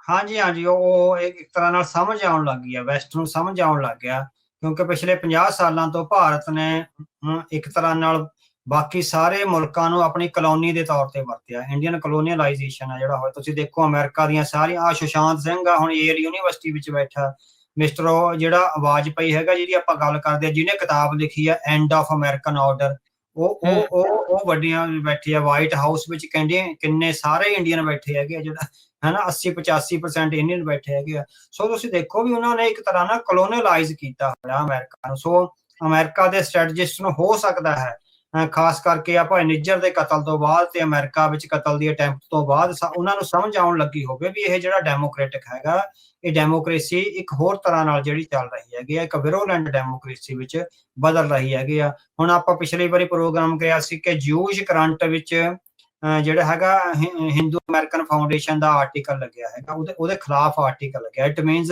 ਵੈਸਟਰਨ ਪਾਵਰਸ ਨੂੰ ਸਮਝ ਆਉਣ ਲੱਗੀ ਆ ਭਾਰਤ ਦੀ ਅਸਲ ਸਟ੍ਰੈਟਜੀ ਹੈਗੀ ਆ। ਸੋ ਜਦੋਂ ਇਹ ਸਮਝ ਆਉਣ ਲੱਗੀ ਤਾਂ ਹੀ ਉਹ ਤੋੜਨ ਤੇ ਹੋਏ ਨੇ ਵੀ ਇਹ ਜਿਹੜੀ ਪਾਲਿਸੀ ਆ ਵੀ ਸਾਰਿਆਂ ਨਾਲ ਹੀ ਵੀ ਸਾਰਿਆਂ ਨੂੰ ਮੂਰਖ ਬਣਾ ਕੇ ਚੱਲਦੇ ਰਹੋ ਤੇ ਆਪ ਸਿਆਣੇ ਬਣੋ, ਜਿਹੜੀ ਬ੍ਰਾਹਮਣ ਵਾਲੀ ਨੀਤੀ ਸੀ, ਸਾਨੂੰ ਲੱਗਦਾ ਵੀ ਉਹ ਹੁਣ ਕਿਤੇ ਨਾ ਕਿਤੇ ਉਹਨੂੰ ਚੈਲੰਜ ਆ ਜਿਹੜੇ ਹੈਗੇ ਸਾਹਮਣੇ ਆਉਣ ਲੱਗੇ ਹੈਗੇ। ਹਾਲੇ ਹੋ ਸਕਦਾ ਵੀ ਉਹ, ਕਿਉਂਕਿ ਹੁਣ ਤੱਕ ਜਿੰਨੀਆਂ ਕੋ ਰਿਆਇਤਾਂ ਦੇ ਸਕਦਾ ਸੀ ਭਾਰਤ ਅਮਰੀਕਾ ਨੂੰ ਇਕਨੋਮਿਕਲੀ, ਉਹ ਰਿਆਇਤਾਂ ਦੇ ਕੇ ਆਪਣੀ ਜਿਹੜੀ ਹੈਗੀ ਆ ਡਿਪਲੋਮੇਸੀ ਨੂੰ ਅੱਗੇ ਚਲਾਉਂਦੇ ਰਹੇ ਆ। ਪਰ ਉਹ ਰਿਆਇਤਾਂ ਕਿੰਨੀਆਂ ਕੁ ਦੇਈ ਜਾਊਗਾ? ਹੁਣ ਚੈਲੰਜ ਆ ਗਿਆ ਨਾ, ਅਗਲਾ ਕਹਿੰਦਾ ਵੀ 25% ਲਾਉਂਗਾ, ਜੇ ਕੱਲ ਨੂੰ ਹੋ ਸਕਦਾ 2, 4, 5 ਅਗਸਤ ਨੂੰ 50% ਕਰ ਦੇਣ। ਡੋਨਲਡ ਟਰੰਪ ਦਾ ਕੀ ਆ, ਸਾਈਨ ਹੀ ਕਰਨੇ ਆ। ਇਹ ਜਿਹੜਾ ਸੀਗਾ ਜਿਹੜਾ ਵੀ ਇੱਕ ਸਾਈਨ ਹੀ ਕਰਨੇ ਆ। ਸੋ ਜਦੋਂ ਇਹ ਚੈਲੰਜ ਆਉਣਗੇ, ਇੰਡੀਅਨ ਡਿਪਲੋਮੈਟਸ ਤੇ ਇਕੋਨੋਮਿਸਟ ਨੇ ਇਸ ਚੈਲੰਜ ਲਈ ਆਪਣੇ ਆਪ ਨੂੰ ਤਿਆਰ ਨਹੀਂ ਸੀ ਕਰਿਆ। ਉਹ ਤਿਆਰ ਨਹੀਂ ਸੀ। ਉਹ ਤਿਆਰੀ ਹੁੰਦੀ ਆ ਵੀ ਤੁਸੀਂ ਜਿਸ ਤਰ੍ਹਾਂ ਹੈਗੀ ਆ ਡਿਪਲੋਮੈਟਿਕਲੀ ਹਲੇ ਖੇਡਦੇ ਜਾਓ, ਪਰ ਉਸ ਦੌਰਾਨ ਆਪਣੀ ਅੰਦਰੂਨੀ ਤਾਕਤ ਨੂੰ ਇੰਨਾ ਮਜ਼ਬੂਤ ਕਰ ਲਓ ਜਿੱਦਾਂ ਚੀਨ ਨੇ ਕਰਿਆ। ਚੀਨ ਡਿਪਲੋਮੈਟਿਕ ਖੇਡਦਾ ਵੀ ਰਿਹਾ, ਕਿਸੇ ਨਾਲ ਲੜਾਈ ਨਹੀਂ ਕਰੀ, ਪਰ ਆਪਣੀ ਅੰਦਰੂਨੀ ਤਾਕਤ ਨੂੰ, ਆਪਣੇ ਪਰਿਵਾਰ ਨੂੰ ਇੰਨਾ ਮਜ਼ਬੂਤ ਕਰ ਲਿਆ ਵੀ ਅੱਜ ਕੋਈ ਉਹਦੇ ਸਾਹਮਣੇ ਅੱਖ ਚੱਕ ਕੇ ਦੇਖਣ ਨੂੰ ਤਿਆਰ ਨਹੀਂ ਹੈਗਾ, ਵੀ ਕੋਈ ਨਹੀਂ ਦੇਖ ਸਕਦਾ ਹਨਾ। ਸੋ ਐਡੀ ਤਾਕਤ ਹੈਗੀ ਆ, ਸੈਕੰਡ ਬਿਗੇਸਟ ਇਕਨੋਮੀ ਹੈਗੀ ਆ। ਸੋ ਭਾਰਤ ਉਹ ਕਰ ਗਿਆ। ਇਹਨਾਂ ਨੂੰ ਲੱਗਿਆ ਵੀ ਇਸੇ ਗੱਲਾਂ ਬਾਤਾਂ ਨਾਲ ਹੀ ਜਿਹੜਾ ਹੈਗਾ ਵੀ ਸਾਰੀ ਦੁਨੀਆ ਨੂੰ ਜਿਹੜਾ ਘੁਮਾ ਸਕਦੇ ਆ। It is not going to happen that way. So diplomacy ਵਿੱਚ ਇਹ ਚੈਲੰਜ ਆਉਂਦੇ ਹੁੰਦੇ ਆ। ਹੁਣ ਇਕਨੋਮੀ ਨੂੰ ਜਿਹੜਾ ਚੈਲੰਜ ਆਇਆ, ਉਹਨੇ ਡਿਪਲੋਮੇਸੀ ਵੀ ਜਿਹੜੀ ਸ਼ੈਟਰ ਕਰਨੀ ਹੈਗੀ ਆ। ਸੋ ਇਸ ਚੈਲੰਜ ਦੇ ਸਾਹਮਣੇ ਭਾਰਤੀ ਡਿਪਲੋਮੈਟਸ ਕਿਸ ਤਰ੍ਹਾਂ ਉੱਭਰਦੇ ਹੈਗੇ ਆ, ਆਪਣੀ ਇਕਨੋਮੀ ਨੂੰ ਬਚਾ ਕੇ ਰੱਖਦੇ, ਆਪਣੇ ਕਿਸਾਨਾਂ ਨੂੰ ਤੇ ਆਪਣੇ ਵਪਾਰੀਆਂ ਨੂੰ ਕਿਵੇਂ ਬਚਾ ਕੇ ਰੱਖੇ ਆ, ਤੇ ਆਪਣੀ ਡਿਪਲੋਮੇਸੀ ਨੂੰ ਕਿੱਦਾਂ ਸੂਤ ਕਰਦੇ ਆ, ਇਹ ਦੇਖਣ ਵਾਲੀ ਗੱਲ ਹੋਵੇਗੀ। ਜੀ ਜੀ, ਬਿਲਕੁਲ। ਇਹ ਕਾਫੀ ਚੈਲੰਜਿੰਗ ਸਮਾਂ ਜਿਹੜਾ ਆ ਇਸ ਦੇ ਵਿੱਚ ਜਿਹੜਾ ਉਹ ਰਹਿਣ ਵਾਲਾ ਆ। ਅਵਤਾਰ ਸਿੰਘ ਜੀ, ਹੁਣ ਇੱਥੇ ਜਦੋਂ ਆਪਾਂ ਦੇਖਦੇ ਵੀ ਜਦੋਂ ਇਹੋ ਜਿਹੇ ਮੌਕਿਆਂ ਦੇ ਉੱਤੇ ਜਿਹੜੇ ਅਥੋਰੀਟੇਰੀਅਨ ਭਾਵਨਾ ਰੱਖਣ ਵਾਲੇ ਜਿਹੜੇ ਲੀਡਰ ਹੁੰਦੇ ਆ, ਜਦੋਂ ਇਹ ਫਸਦੇ ਨੇ ਇਦਾਂ ਕੜਿੱਕੀ 'ਚ ਜਿਹੜਾ ਉਹ ਫਸਦੇ ਆ, ਫਿਰ ਉਦੋਂ ਰਾਸ਼ਟਰਵਾਦ ਨੂੰ ਤੇਜ਼ ਕੀਤਾ ਜਾਂਦਾ ਆ। ਜਿਹੜੀਆਂ ਮਾਰਜਨਲਾਈਜ਼ਡ ਕਮਿਊਨਿਟੀਜ਼ ਆ ਜਾਂ ਮਾਈਨੋਰਿਟੀਜ਼ ਆ, ਉਹਨਾਂ ਦੇ ਨਾਲ ਧੱਕਾ ਹੁੰਦਾ ਆ। ਇਹਨਾਂ ਹਾਲਾਤਾਂ ਦੇ ਵਿੱਚ, ਇਕਨੋਮਿਕ ਹਾਲਾਤ ਵਿਗੜਨ ਦੇ ਮਾਮਲੇ ਦੇ ਵਿੱਚ, ਜਿਹੜੀਆਂ ਭਾਰਤ ਵਿੱਚ ਵਸਦੀਆਂ ਮਾਈਨੋਰਿਟੀਜ਼ ਆ, ਉਹਨਾਂ ਨੂੰ ਕਿੱਦਾਂ ਜਿਹੜਾ ਸਤਰਕ ਰਹਿਣ ਦੀ ਲੋੜ ਆ, ਉਹਨਾਂ ਦੇ ਲਈ ਕੀ ਅੱਗੇ ਜਿਹੜੇ ਚੈਲੰਜਸ ਆ ਰਹੇ ਆ? ਉਹਨਾਂ ਲਈ ਤਾਂ 1947 ਤੋਂ ਬਾਅਦ ਲਗਾਤਾਰ ਹੀ ਚੈਲੰਜਸ ਰਹੇ ਆ, ਚਾਹੇ ਸਿੱਖਾਂ ਲਈ ਆ, ਮੁਸਲਮਾਨਾਂ ਲਈ ਆ, ਦਲਿਤਾਂ ਲਈ ਆ, ਗਰੀਬਾਂ ਲਈ ਆ। ਸੋ ਗਰੀਬਾਂ ਤੇ ਦਲਿਤਾਂ ਨੂੰ ਵੀ ਉਹ ਹਿੰਦੂ ਕਹਿ ਕੇ ਵੋਟਾਂ ਪਵਾ ਲੈਂਦੇ ਆ, ਪਰ ਉਹਨਾਂ ਨਾਲ ਜਿਸ ਤਰ੍ਹਾਂ ਦਾ ਵਿਹਾਰ ਹੁੰਦਾ ਉਹ ਕਿਸੇ ਤੋਂ ਲੁਕਿਆ ਛਿਪਿਆ ਤਾਂ ਨਹੀਂ ਹੈ।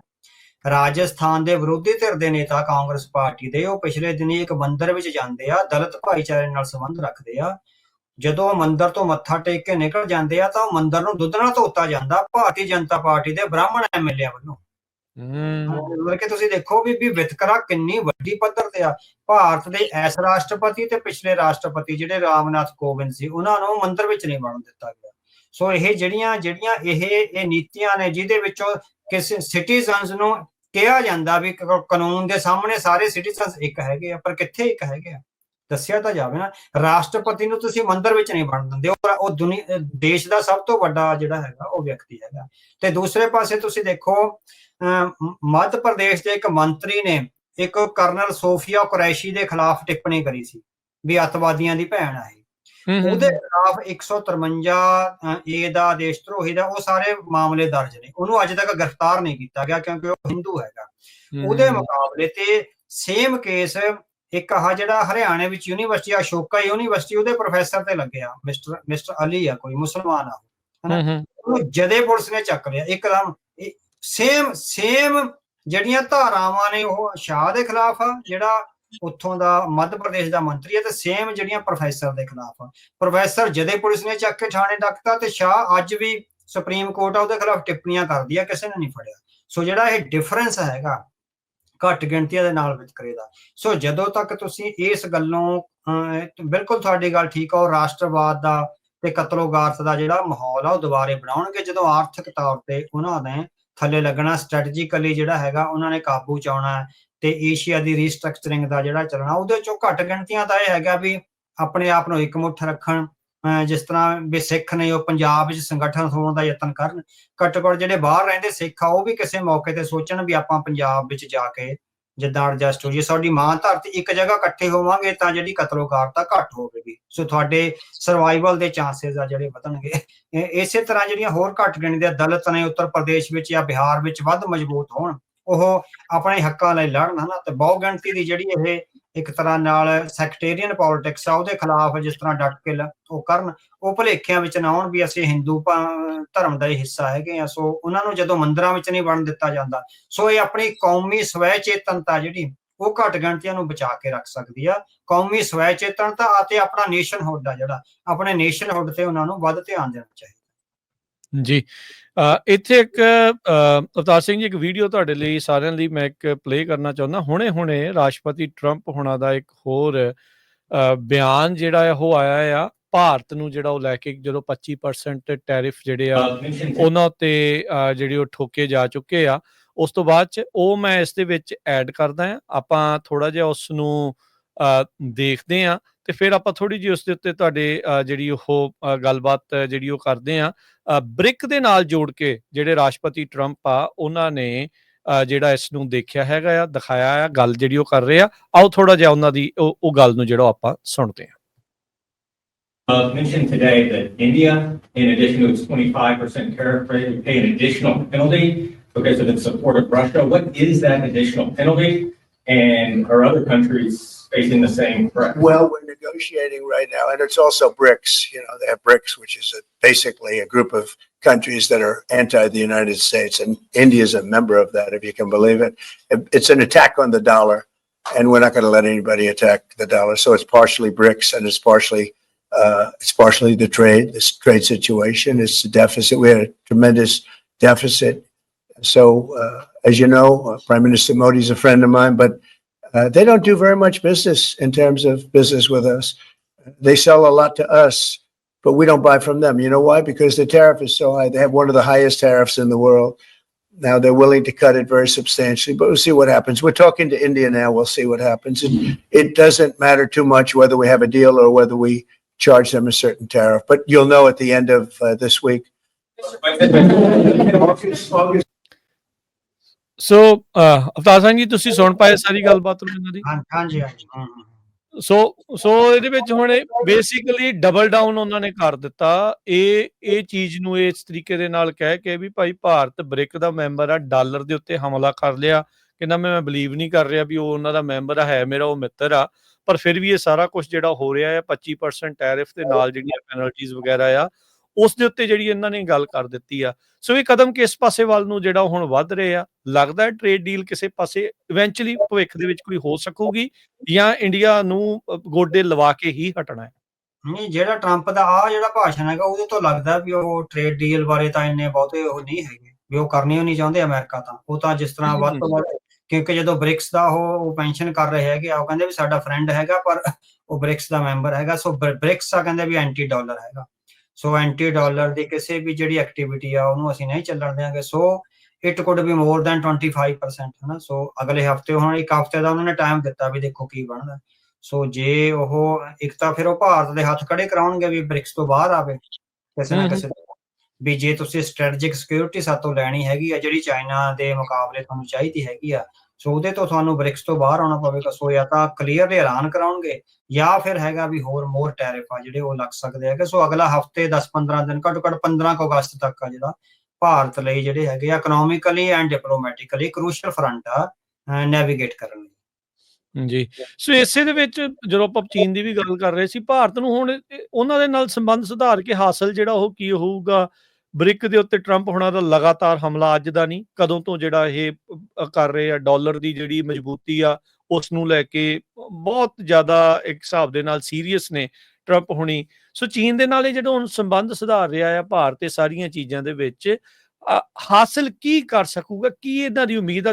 ਤੁਸੀਂ ਥੋੜੀ ਬਹੁਤੀ ਗੱਲ ਇਸ ਦੇ ਉੱਤੇ ਆਲਰੇਡੀ ਕੀਤੀ ਆ, ਪਰ ਕੁਝ ਹੈ ਇਹਨਾਂ ਨੂੰ ਮਿਲੂਗਾ ਜਾਂ ਜਿੱਦਾਂ ਤੁਸੀਂ ਕਿਹਾ ਵੀ ਇੱਕ ਛੋਟੇ ਫੈਮਿਲੀ ਮੈਂਬਰ ਦੇ ਤੌਰ ਦੇ ਉੱਤੇ ਹੀ ਚਾਈਨਾ ਦੇ ਨਾਲ ਮਿਲ ਕੇ ਬਸ ਆਰਜੀ ਤੌਰ ਤੇ ਹੀ ਰਹਿਣਾ ਹੈ?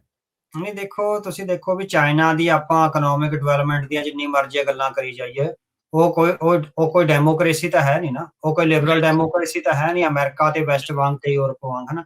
ਸੋ ਭਾਰਤ ਵੀ ਕੋਈ ਲਿਬਰਲ ਡੈਮੋਕ੍ਰੇਸੀ ਤਾਂ ਹੈ ਨਹੀਂ, ਉਹ ਤਾਂ ਆਪਾਂ ਨੂੰ ਪਤਾ ਹੀ ਹੈਗਾ।